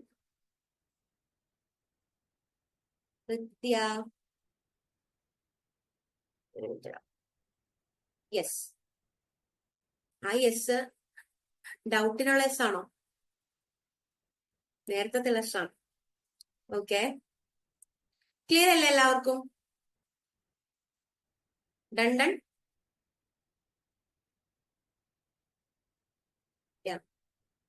നിങ്ങൾ അൺമ്യൂട്ട് ചെയ്ത് പറഞ്ഞോളൂ കേട്ടോ. അടിപൊളിയല്ലേ മിസ്സിന്റെ ക്ലാസ്? അപ്രീഷിയേറ്റ് ഒക്കെ ചെയ്യാം ചാറ്റിലാണെങ്കിലും. ഓ അടിപൊളി അടിപൊളി. ഓക്കെ, സ്വയം തന്നെ പറഞ്ഞ് സ്വയം തന്നെ അനുമോദനങ്ങളൊക്കെ ഏറ്റുവാങ്ങി നമുക്ക് ക്വസ്റ്റ്യൻ ടൈമിലേക്ക് കിടക്കാം. അപ്പൊ ഫസ്റ്റ് ക്വസ്റ്റ്യൻ ഡയറക്റ്റ് ഒരു ക്വസ്റ്റ്യൻ ആണ്. Who is known for the pioneering antiseptic technique in surgery to prevent infections in hospitals? ഹോസ്പിറ്റൽസിലെ ഇൻഫെക്ഷൻസ് പ്രിവെന്റ് ചെയ്യാനായിട്ടുള്ള ഏറ്റവും അടിപൊളി അല്ലെങ്കിൽ റിമാർക്കബിൾ ആയിട്ടുള്ള ഫൈൻഡിങ് ആരുടെ ആയിരുന്നു? ഓക്കെ, എല്ലാവർക്കും അറിയാം അല്ലെ? സിമ്പിൾ. എത്ര സിമ്പിൾ ആയിട്ടാണ് ഞാൻ എല്ലാരെയും പഠിപ്പിച്ചു കഴിഞ്ഞത്. ജോസഫ് ലിസ്റ്റർ. നമ്മളെല്ലാരും ഇത് നേരത്തെയൊക്കെ കണ്ടും കേട്ടും ഒക്കെ അറിയാവുന്ന കാര്യങ്ങളല്ലേ. അപ്പം ജോസഫ് ലിസ്റ്റർ ആണ് കേട്ടോ. എന്തുകൊണ്ടാ അത്? അദ്ദേഹമാണ് ആന്റിസെപ്റ്റിക് സർജറി ഹോസ്പിറ്റൽസിന്റെ ഈ കണ്ടീഷൻ എടുത്തു പറഞ്ഞിട്ടുള്ളത് കൊണ്ടാണ് കേട്ടോ. ബേസിക്കലി ഇൻഫെക്ഷൻ പ്രിവെന്റ് സർജറി എന്നൊക്കെ പറയുമ്പോൾ ജോസഫ് ലിസ്റ്ററിനെയാണ് നമുക്ക് ആദ്യം ആൻഡ് അവസാനമായിട്ടും ഓർമ്മ വരേണ്ടത്. വേറെ ആരും ഓർക്കരുത്. നെക്സ്റ്റ് ഒരു assertion reason kind of question ആണ്. നിങ്ങൾ പഠിക്കുമ്പോൾ ഉണ്ടല്ലോ ഈ ഒരു മോഡൽസ് ഒക്കെ വരുമെന്ന് പ്രതീക്ഷിച്ച് പഠിക്കണേ മക്കളെ. കോൺസെപ്റ്റ് പഠിച്ചോക്കെ. ഡയറക്റ്റ് ക്വസ്റ്റ്യൻസിന് മാത്രം ആൻസർ ചെയ്യാൻ വേണ്ടിയല്ല, ഇതൊക്കെ വരും, ഈ പോർഷൻസ് ഒക്കെ ഉണ്ടാകും എന്ന രീതിയിൽ പഠിക്കണം. അപ്പൊ ഫസ്റ്റ് ക്വസ്റ്റ്യൻ എന്താണ്? Louis Pasteur developed the germ theory of disease providing that micro organisms are responsible for infectious diseases. Reason ആയിട്ട് കൊടുത്തിട്ടുള്ളത് the reason of the germ theory by Pasteur led to the introduction of vaccines which significantly improved public health by preventing infections. ഇത് രണ്ടും ഒന്ന് evaluate ചെയ്തേ. Assertion ഉണ്ട്, assertion and അതിന് follow ചെയ്തിട്ട് reason വരുന്നുണ്ട്. ഇങ്ങനെയുള്ള ക്വസ്റ്റ്യൻസ് നിങ്ങൾ എക്സ്പെക്ട് ചെയ്തോളൂ. ഷുവർ ടൈപ്പ് ഓഫ് ക്വസ്റ്റ്യൻ ആണ്. ഓക്കെ, ഇത് എല്ലാ ഒരു കോമ്പറ്റേറ്റീവ് എക്സാംസിലും വരുന്ന ഒരു ക്വസ്റ്റ്യൻ ആണ്. ഓപ്ഷൻസ് തരും. ബോത്ത് എ ആൻഡ് ആർ, അതായത് അസേർഷൻ ആൻഡ് റീസൺ ട്രൂ ആണ്.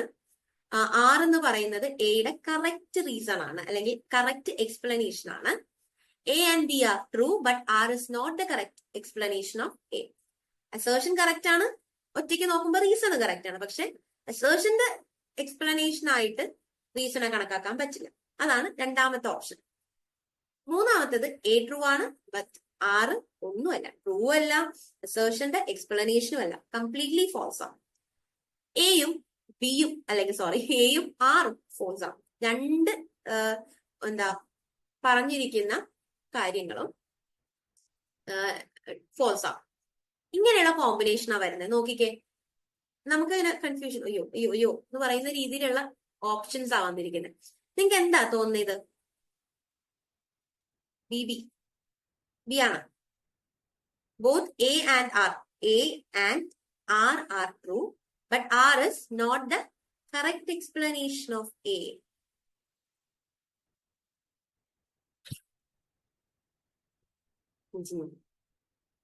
ഇവിടെ ഒരു ട്വിസ്റ്റ് വന്നല്ലേ. എന്താ പറഞ്ഞേക്കുന്നത്? Louis Pasteur developed the germ theory of disease proving that microorganisms are responsible for the infectious diseases. The discovery of germ theory by Pasteur led to the introduction of vaccine, which significantly improved public health by preventing infection. Correct അല്ലേടാ? അതായത് germ theory എന്താ പറഞ്ഞത്? Diseases എന്ന് പറയുന്നത് എന്താണ്? Micro organisms cos ചെയ്യുന്നുണ്ട്. Micro organisms responsible ആണ് infectious തിയറീസിന്റെ. അപ്പൊ അങ്ങനെ ഒരു ഫൈൻഡിങ് വന്നത് കൊണ്ട് തന്നെ ആണ് വാക്സിൻസ് വന്നത്. വാക്സിൻസ് എന്താണ്? ലൈവ് അല്ലെങ്കിൽ ഡെഡ് ആയിട്ട് അല്ലെങ്കിൽ അറ്റുവിനേറ്റഡ് ആയിട്ടുള്ള മൈക്രോ ഓർഗാനിസംസിനെ അല്ലെങ്കിൽ മൈക്രോ ഓർഗാനിസംസ് പാർട്ടിനെ ബോഡിയിലേക്ക് ഇൻട്രൊഡ്യൂസ് ചെയ്യുന്നതാണ്. എന്തിനു വേണ്ടിയിട്ടാ? ആ മൈക്രോബിയൽ ആക്ടിവിറ്റിക്ക് എഗെയിൻസ്റ്റ് ആയിട്ട് ആക്ട് ചെയ്യാനാ. അങ്ങനെ ചെയ്തപ്പോ പബ്ലിക് ഹെൽത്ത് ഇൻഫെക്ഷൻ ഫ്രീ ആയിട്ടുള്ള ഒരു കണ്ടീഷൻ ക്രിയേറ്റ് ചെയ്യാൻ പറ്റി. കറക്റ്റ് അല്ലേ? ക്ലിയർ ആയോ? മനസ്സിലായോ? ഇങ്ങനെയുള്ള ആൾക്കാരാണ് നമുക്ക് കുറച്ച് കൺഫ്യൂഷൻസ്. അപ്പൊ ഇതിനെ കണക്ട് ചെയ്തൊക്കെ ആലോചിക്കണം. ഇങ്ങനെയൊക്കെ ആണെങ്കിൽ ഇങ്ങനെയൊക്കെ ആണല്ലോ, എങ്ങനെയൊക്കെ. കാണുക, നമ്മൾ പ്രാക്ടീസ് ചെയ്യുക, എഴുതുക എന്നുള്ളതാണ് കേട്ടോ. ഇത് ഷുവർ ഫോം ഓഫ് അല്ലെങ്കിൽ ഷുവർ മോഡൽ ഓഫ് ക്വസ്റ്റ്യൻ ആണ്. ക്ലിയർ അല്ലേ? Okay, fine. അപ്പൊ നോക്കിക്കേ, കറക്റ്റ് എക്സ്പ്ലനേഷനോട് കൂടിയാണ് നമ്മൾ പോയിരിക്കുന്നത്. മിസ് പറഞ്ഞതിൽ ക്ലിയർ അല്ലേ? ഇനി വേർഡ് ബൈ വേർഡ് ഞാൻ ഈ എക്സ്പ്ലനേഷനിൽ കൂടെ പോണോ? പോണം. എല്ലാരും ചാറ്റുകാരാണ്. ഓക്കെ, എന്റെ ചാറ്റ് ഫ്രണ്ട് പുതിയത് സോഫിയ. ഓക്കെ, നെക്സ്റ്റ് എങ്ങനെ വന്നാലും വരാനുള്ള ഒരു ക്വസ്റ്റ്യൻ ആണ് മാച്ച് ദ ഫോളോയിങ്. ഒന്നൊരു ക്വിക്കായിട്ട് ആൻസർ ചെയ്യാൻ പറ്റുമോ എന്ന് നോക്കിക്കാം മക്കളെ. ക്വിക്ക് ആയിട്ട് ചെയ്യാൻ പറ്റില്ലേ? നോ. ഓക്കെ, നമുക്കപ്പൊ പതിയെ ചെയ്യാം. മാച്ച് ദ ഫോളോയിങ് ചെയ്യാം. ഇപ്പൊ നോക്കിക്കോ, ലിവൻ ഹൂക്കിന്റെ ഫൈൻഡിങ് ഇതിലേതാണ്? മൈക്രോസ്കോപ്പ് എന്ന് കണ്ടു കഴിഞ്ഞാൽ അദ്ദേഹമാണ്. Okay, first observation of micro organism under the microscope. Robert coach പേര് തന്നെ എഴുതി വെച്ചിരിക്കുകയാണ്. SC formulated postulate linking specific microbes to disease. Louis Pasteur. D. Louis Pasteur. D. Disprove the spontaneous generation and pioneer the germ theory. And last, Edward Jenner, obviously A. അല്ലെ? Smallpox vaccine. 1B, 2C, 3D and 4A. Clear അല്ലേ? ഇത് നമ്മളിപ്പോ പഠിച്ചിപ്പോ തന്നെ, പിന്നെ ഞാൻ class എടുത്തല്ലേ, നിങ്ങൾ ഇപ്പൊ തന്നെ ചെയ്യണം, അങ്ങനെ ഒന്നുമില്ല. ഇതിനൊക്കെ സമയം എടുത്ത് പഠിക്കുക എന്ന് പറഞ്ഞ കാര്യം, ഇത് ഓർമ്മ നിൽക്കേണ്ട അല്ലെങ്കിൽ കോൺസെപ്റ്റ് മനസ്സിലാവുന്നതിനപ്പുറത്തേക്ക് ഓർത്തിരിക്കേണ്ട കാര്യമാണ്, മെമ്മറൈസ് ചെയ്യേണ്ട ആവശ്യമുള്ള കാര്യമാണ്. അതുകൊണ്ട് തന്നെ ഇതിന് കുറച്ച് സമയം കൊടുത്ത് ഒന്ന് സിസ്റ്റമാറ്റിക്കലി നിങ്ങളുടേതായിട്ടുള്ള രീതിക്ക് ടൈം ലൈൻ വരച്ച് എഴുതുന്ന ആൾക്കാരാണെങ്കിൽ അങ്ങനെ ചെയ്യാം. അല്ലെങ്കിൽ എങ്ങനെയാ നിങ്ങളുടെ രീതിക്ക് എഴുതാം. ഇപ്പൊ ടൈം ലൈൻ ഒക്കെ കൃത്യമായിട്ട് എഴുതി ഫസ്റ്റ് ലെറ്റർ ഒക്കെ വെച്ചിട്ട് നമ്മൾ വളരെ വിയേർഡ് ആയിട്ടുള്ള നോണിങ്സ് ഒക്കെ എഴുതി വെക്കില്ലേ, അതേപോലെയൊക്കെ എഴുതിയൊക്കെ പഠിക്കാം. ഇത് കംപ്ലീറ്റ്ലി മെമ്മറൈസേഷന്റെ ബേസിൽ പോകും. എക്സാമിന്റെ പോയിന്റ് ഓഫ് വ്യൂ പറയുന്നത് അണ്ടർസ്റ്റാൻഡിംഗ് ലെവൽ അല്ലെങ്കിൽ ആസ് എ ബയോളജിസ്റ്റ് അല്ലെങ്കിൽ ഒരു ലൈഫ് സയൻസ് സ്റ്റുഡൻസ് നിങ്ങൾ ഇത് അറിഞ്ഞിരിക്കണം എന്നുള്ള ടേംസിലല്ല, completely exam point of view നോക്കുമ്പോൾ മക്കൾ ഇത് മെമ്മറൈസ് ചെയ്യേണ്ടതായിട്ടുള്ള ഒരു പാർട്ടാണിത്. അപ്പൊ അതിന് വേണ്ടിയിട്ടുള്ള ഒരുക്കങ്ങളാണ് ചെയ്യേണ്ടത് കേട്ടോ. കോൺസെപ്റ്റ് മനസ്സിലാവുന്നുണ്ട്, ഫൈൻ ആണ്, എല്ലാവർക്കും മനസ്സിലാവും. പക്ഷെ എക്സാമിൽ അത് റീപ്രൊഡ്യൂസ് അല്ലെങ്കിൽ നമുക്കത് പ്രൊഡ്യൂസ് ചെയ്യാൻ പറ്റുന്നുണ്ടോ എന്നുള്ളതാണ് ക്വസ്റ്റ്യൻ. അതിന് വേണ്ടിയിട്ടുള്ള രീതിയിലായിരിക്കണം നിങ്ങളുടെ സ്റ്റഡീസിന്റെ മെത്തേഡിനെ ഡിസൈൻ ചെയ്യേണ്ടത്. ആൻഡ് ദ ഫോർത്ത് ക്വസ്റ്റ്യൻ, ഇതൊരു പ്രശ്നമാണ്. ഞാൻ ടൈം ലൈൻ എഴുതി പഠിക്കാൻ പറഞ്ഞതിന്റെ മെയിൻ കാര്യമാണ്, പണ്ട് തൊട്ടേ ഇയേഴ്സ് എനിക്ക് ഇഷ്ടമില്ലാത്തൊരു കാര്യമാണ്. എനിക്കിഷ്ടമില്ലാത്തതുകൊണ്ട് തന്നെ എന്റെ സ്റ്റുഡൻസിന് ഇഷ്ടമില്ലാന്ന് ഞാൻ അങ്ങോട്ട് ധരിക്കും. പക്ഷെ പറഞ്ഞിട്ട് കാര്യമില്ല, പഠിക്കേണ്ടതാണ്. അതുകൊണ്ടാണ് ടൈം ലൈൻ ഇങ്ങനെ എടുത്തെടുത്ത് പറയുന്നത് കേട്ടോ. അപ്പം റോബർട്ട് കോച്ചിന്റെ ഫേമസ് പോസ്റ്റുലേറ്റ്സിന് ഏത് ഇയറിലാണ് എന്നുള്ളതാണ് ക്വസ്റ്റ്യൻ. കുറേ അധികം കൊല്ലങ്ങൾ തന്നിട്ടുണ്ട്. 1882, 1873, 1905 ആൻഡ് 1890. ഇതിപ്പോ ഞാൻ നിങ്ങളോട് ഗസ് ചെയ്യാനൊന്നും പറയുന്നില്ല, 1879 ആണ്. പക്ഷെ ഇത് നിങ്ങൾ ഇപ്പം ഗസ് ചെയ്യാൻ പറ്റുന്നില്ലെങ്കിൽ നമ്മൾ മോഡല് കാണിച്ചു തരാടാ. അപ്പം ഇയേഴ്സും ഇമ്പോർട്ടന്റ് ആണ്. അവർക്കും ഒരു മാർക്ക് കൊടുത്ത് അല്ലെങ്കിൽ അവർക്കും ഒരു ഷെയറൊക്കെ ഇട്ട് കൊടുത്ത് അവരെയും കൺസിഡർ ചെയ്യണം നമ്മൾ. ഓക്കെ, ഡണ്ണാണോ? ഓടി ഞാൻ അടുത്ത ക്വസ്റ്റ്യൻ. Fifth question. ഇത് നമ്മുടെ കുഞ്ഞുനാളിലേക്ക് നമ്മുടെ പരീക്ഷകളിലൊക്കെ എന്റെ ഓർമ്മയെന്ന് പറഞ്ഞാൽ എനിക്ക് അത്ര പ്രായമൊന്നും ആയിട്ടില്ല, എന്നാലും നമ്മുടെ ഫസ്റ്റ് ലാംഗ്വേജ് ക്വസ്റ്റ്യൻസിന്റെ ഒക്കെ first portion English Hindi Malayalam first portion ഇതുപോലെ ഒരു പാരഗ്രാഫ് തന്നിട്ട് ഒരു ക്വസ്റ്റ്യൻ ചോദിക്കും. അപ്പൊ നിങ്ങൾ ഇത് ടാക്കിൾ ചെയ്യാനുള്ള ഒരു ട്രിക്ക് ഞാൻ പറഞ്ഞുതരാം. ചില ക്വസ്റ്റ്യൻസിൽ അല്ലെങ്കിൽ ചില എക്സാംസിൽ ബേസിക്കലി ഇവിടെയൊക്കെ ഒരു പാരഗ്രാഫ് വന്നിട്ട് ആ പാരഗ്രാഫിനെ ബേസ് ചെയ്തിട്ടായിരിക്കും അതിനെ ഫോളോ ചെയ്ത് വരുന്ന ഒരു 2 to 3 ക്വസ്റ്റ്യൻസ് എന്ന് വിചാരിക്കുക. അങ്ങനത്തെ ഫോമാറ്റ്സ് വരാറുണ്ട്. അപ്പൊ നിങ്ങൾ ഒരു ടൈം ആ ഫുൾ പാരഗ്രാഫ് വായിക്കുക, എന്നുള്ളതാണ്. നമ്മൾ ടൈം മാനേജ്മെന്റും നമുക്ക് ഈ പറയുന്ന ഒരു എക്സാമിന്റെ ഒരു കീ ഫാക്ടറാണ്. നമ്മൾ അവർ ഉദ്ദേശിക്കുന്ന സമയത്ത് നമ്മൾ എഴുതി തീരണം.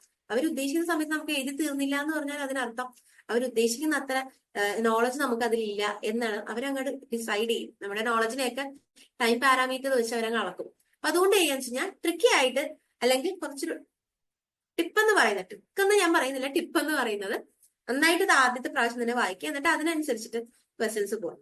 അല്ലെങ്കിൽ പിന്നെ മടിയന്മാരുടെ സ്റ്റെപ്പ് ചെയ്യണം. ആദ്യം ക്വസ്റ്റ്യൻ വായിച്ചിട്ട് ഇവിടെ എവിടെയാണെന്ന് അന്വേഷിക്കും. ടൈം കൺസ്യൂമിംഗ് ആണ് പൊതുവെ എന്നെ സംബന്ധിച്ച്, എന്റെ അക്കോർഡിംഗ് ആണ് ഞാൻ പറയുന്നത്. മക്കൾക്ക് കൺവീനിയന്റ് ആയിട്ടുള്ള രീതി എന്താണെന്ന് വെച്ച് കഴിഞ്ഞാൽ ഈ പ്രാക്ടീസ് ടൈമിൽ അങ്ങനെയൊക്കെ യൂസ് ചെയ്യാം.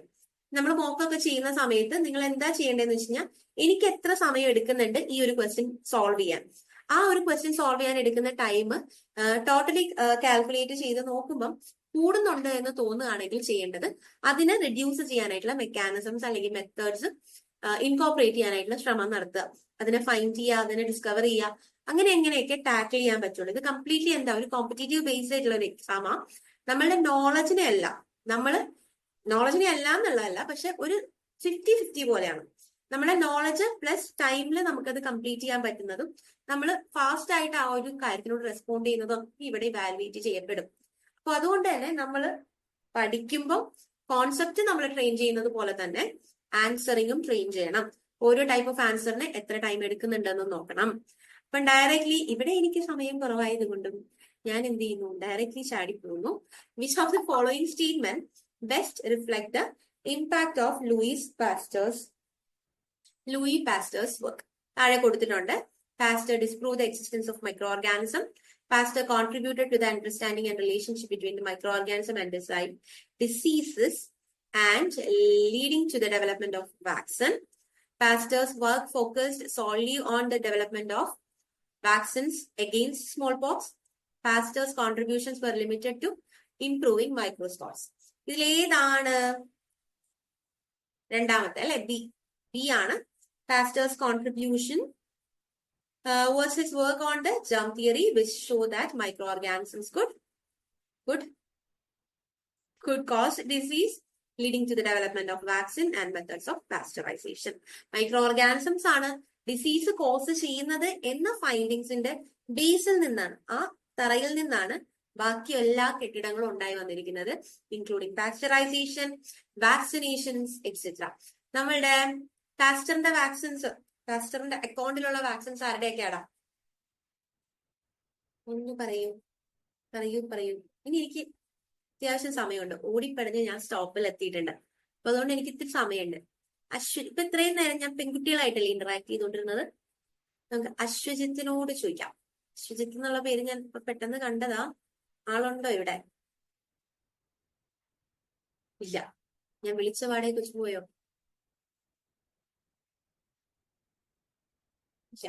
എനിക്കിത് തോന്നിയതാണോ ദൈവമേ? ഓക്കെ,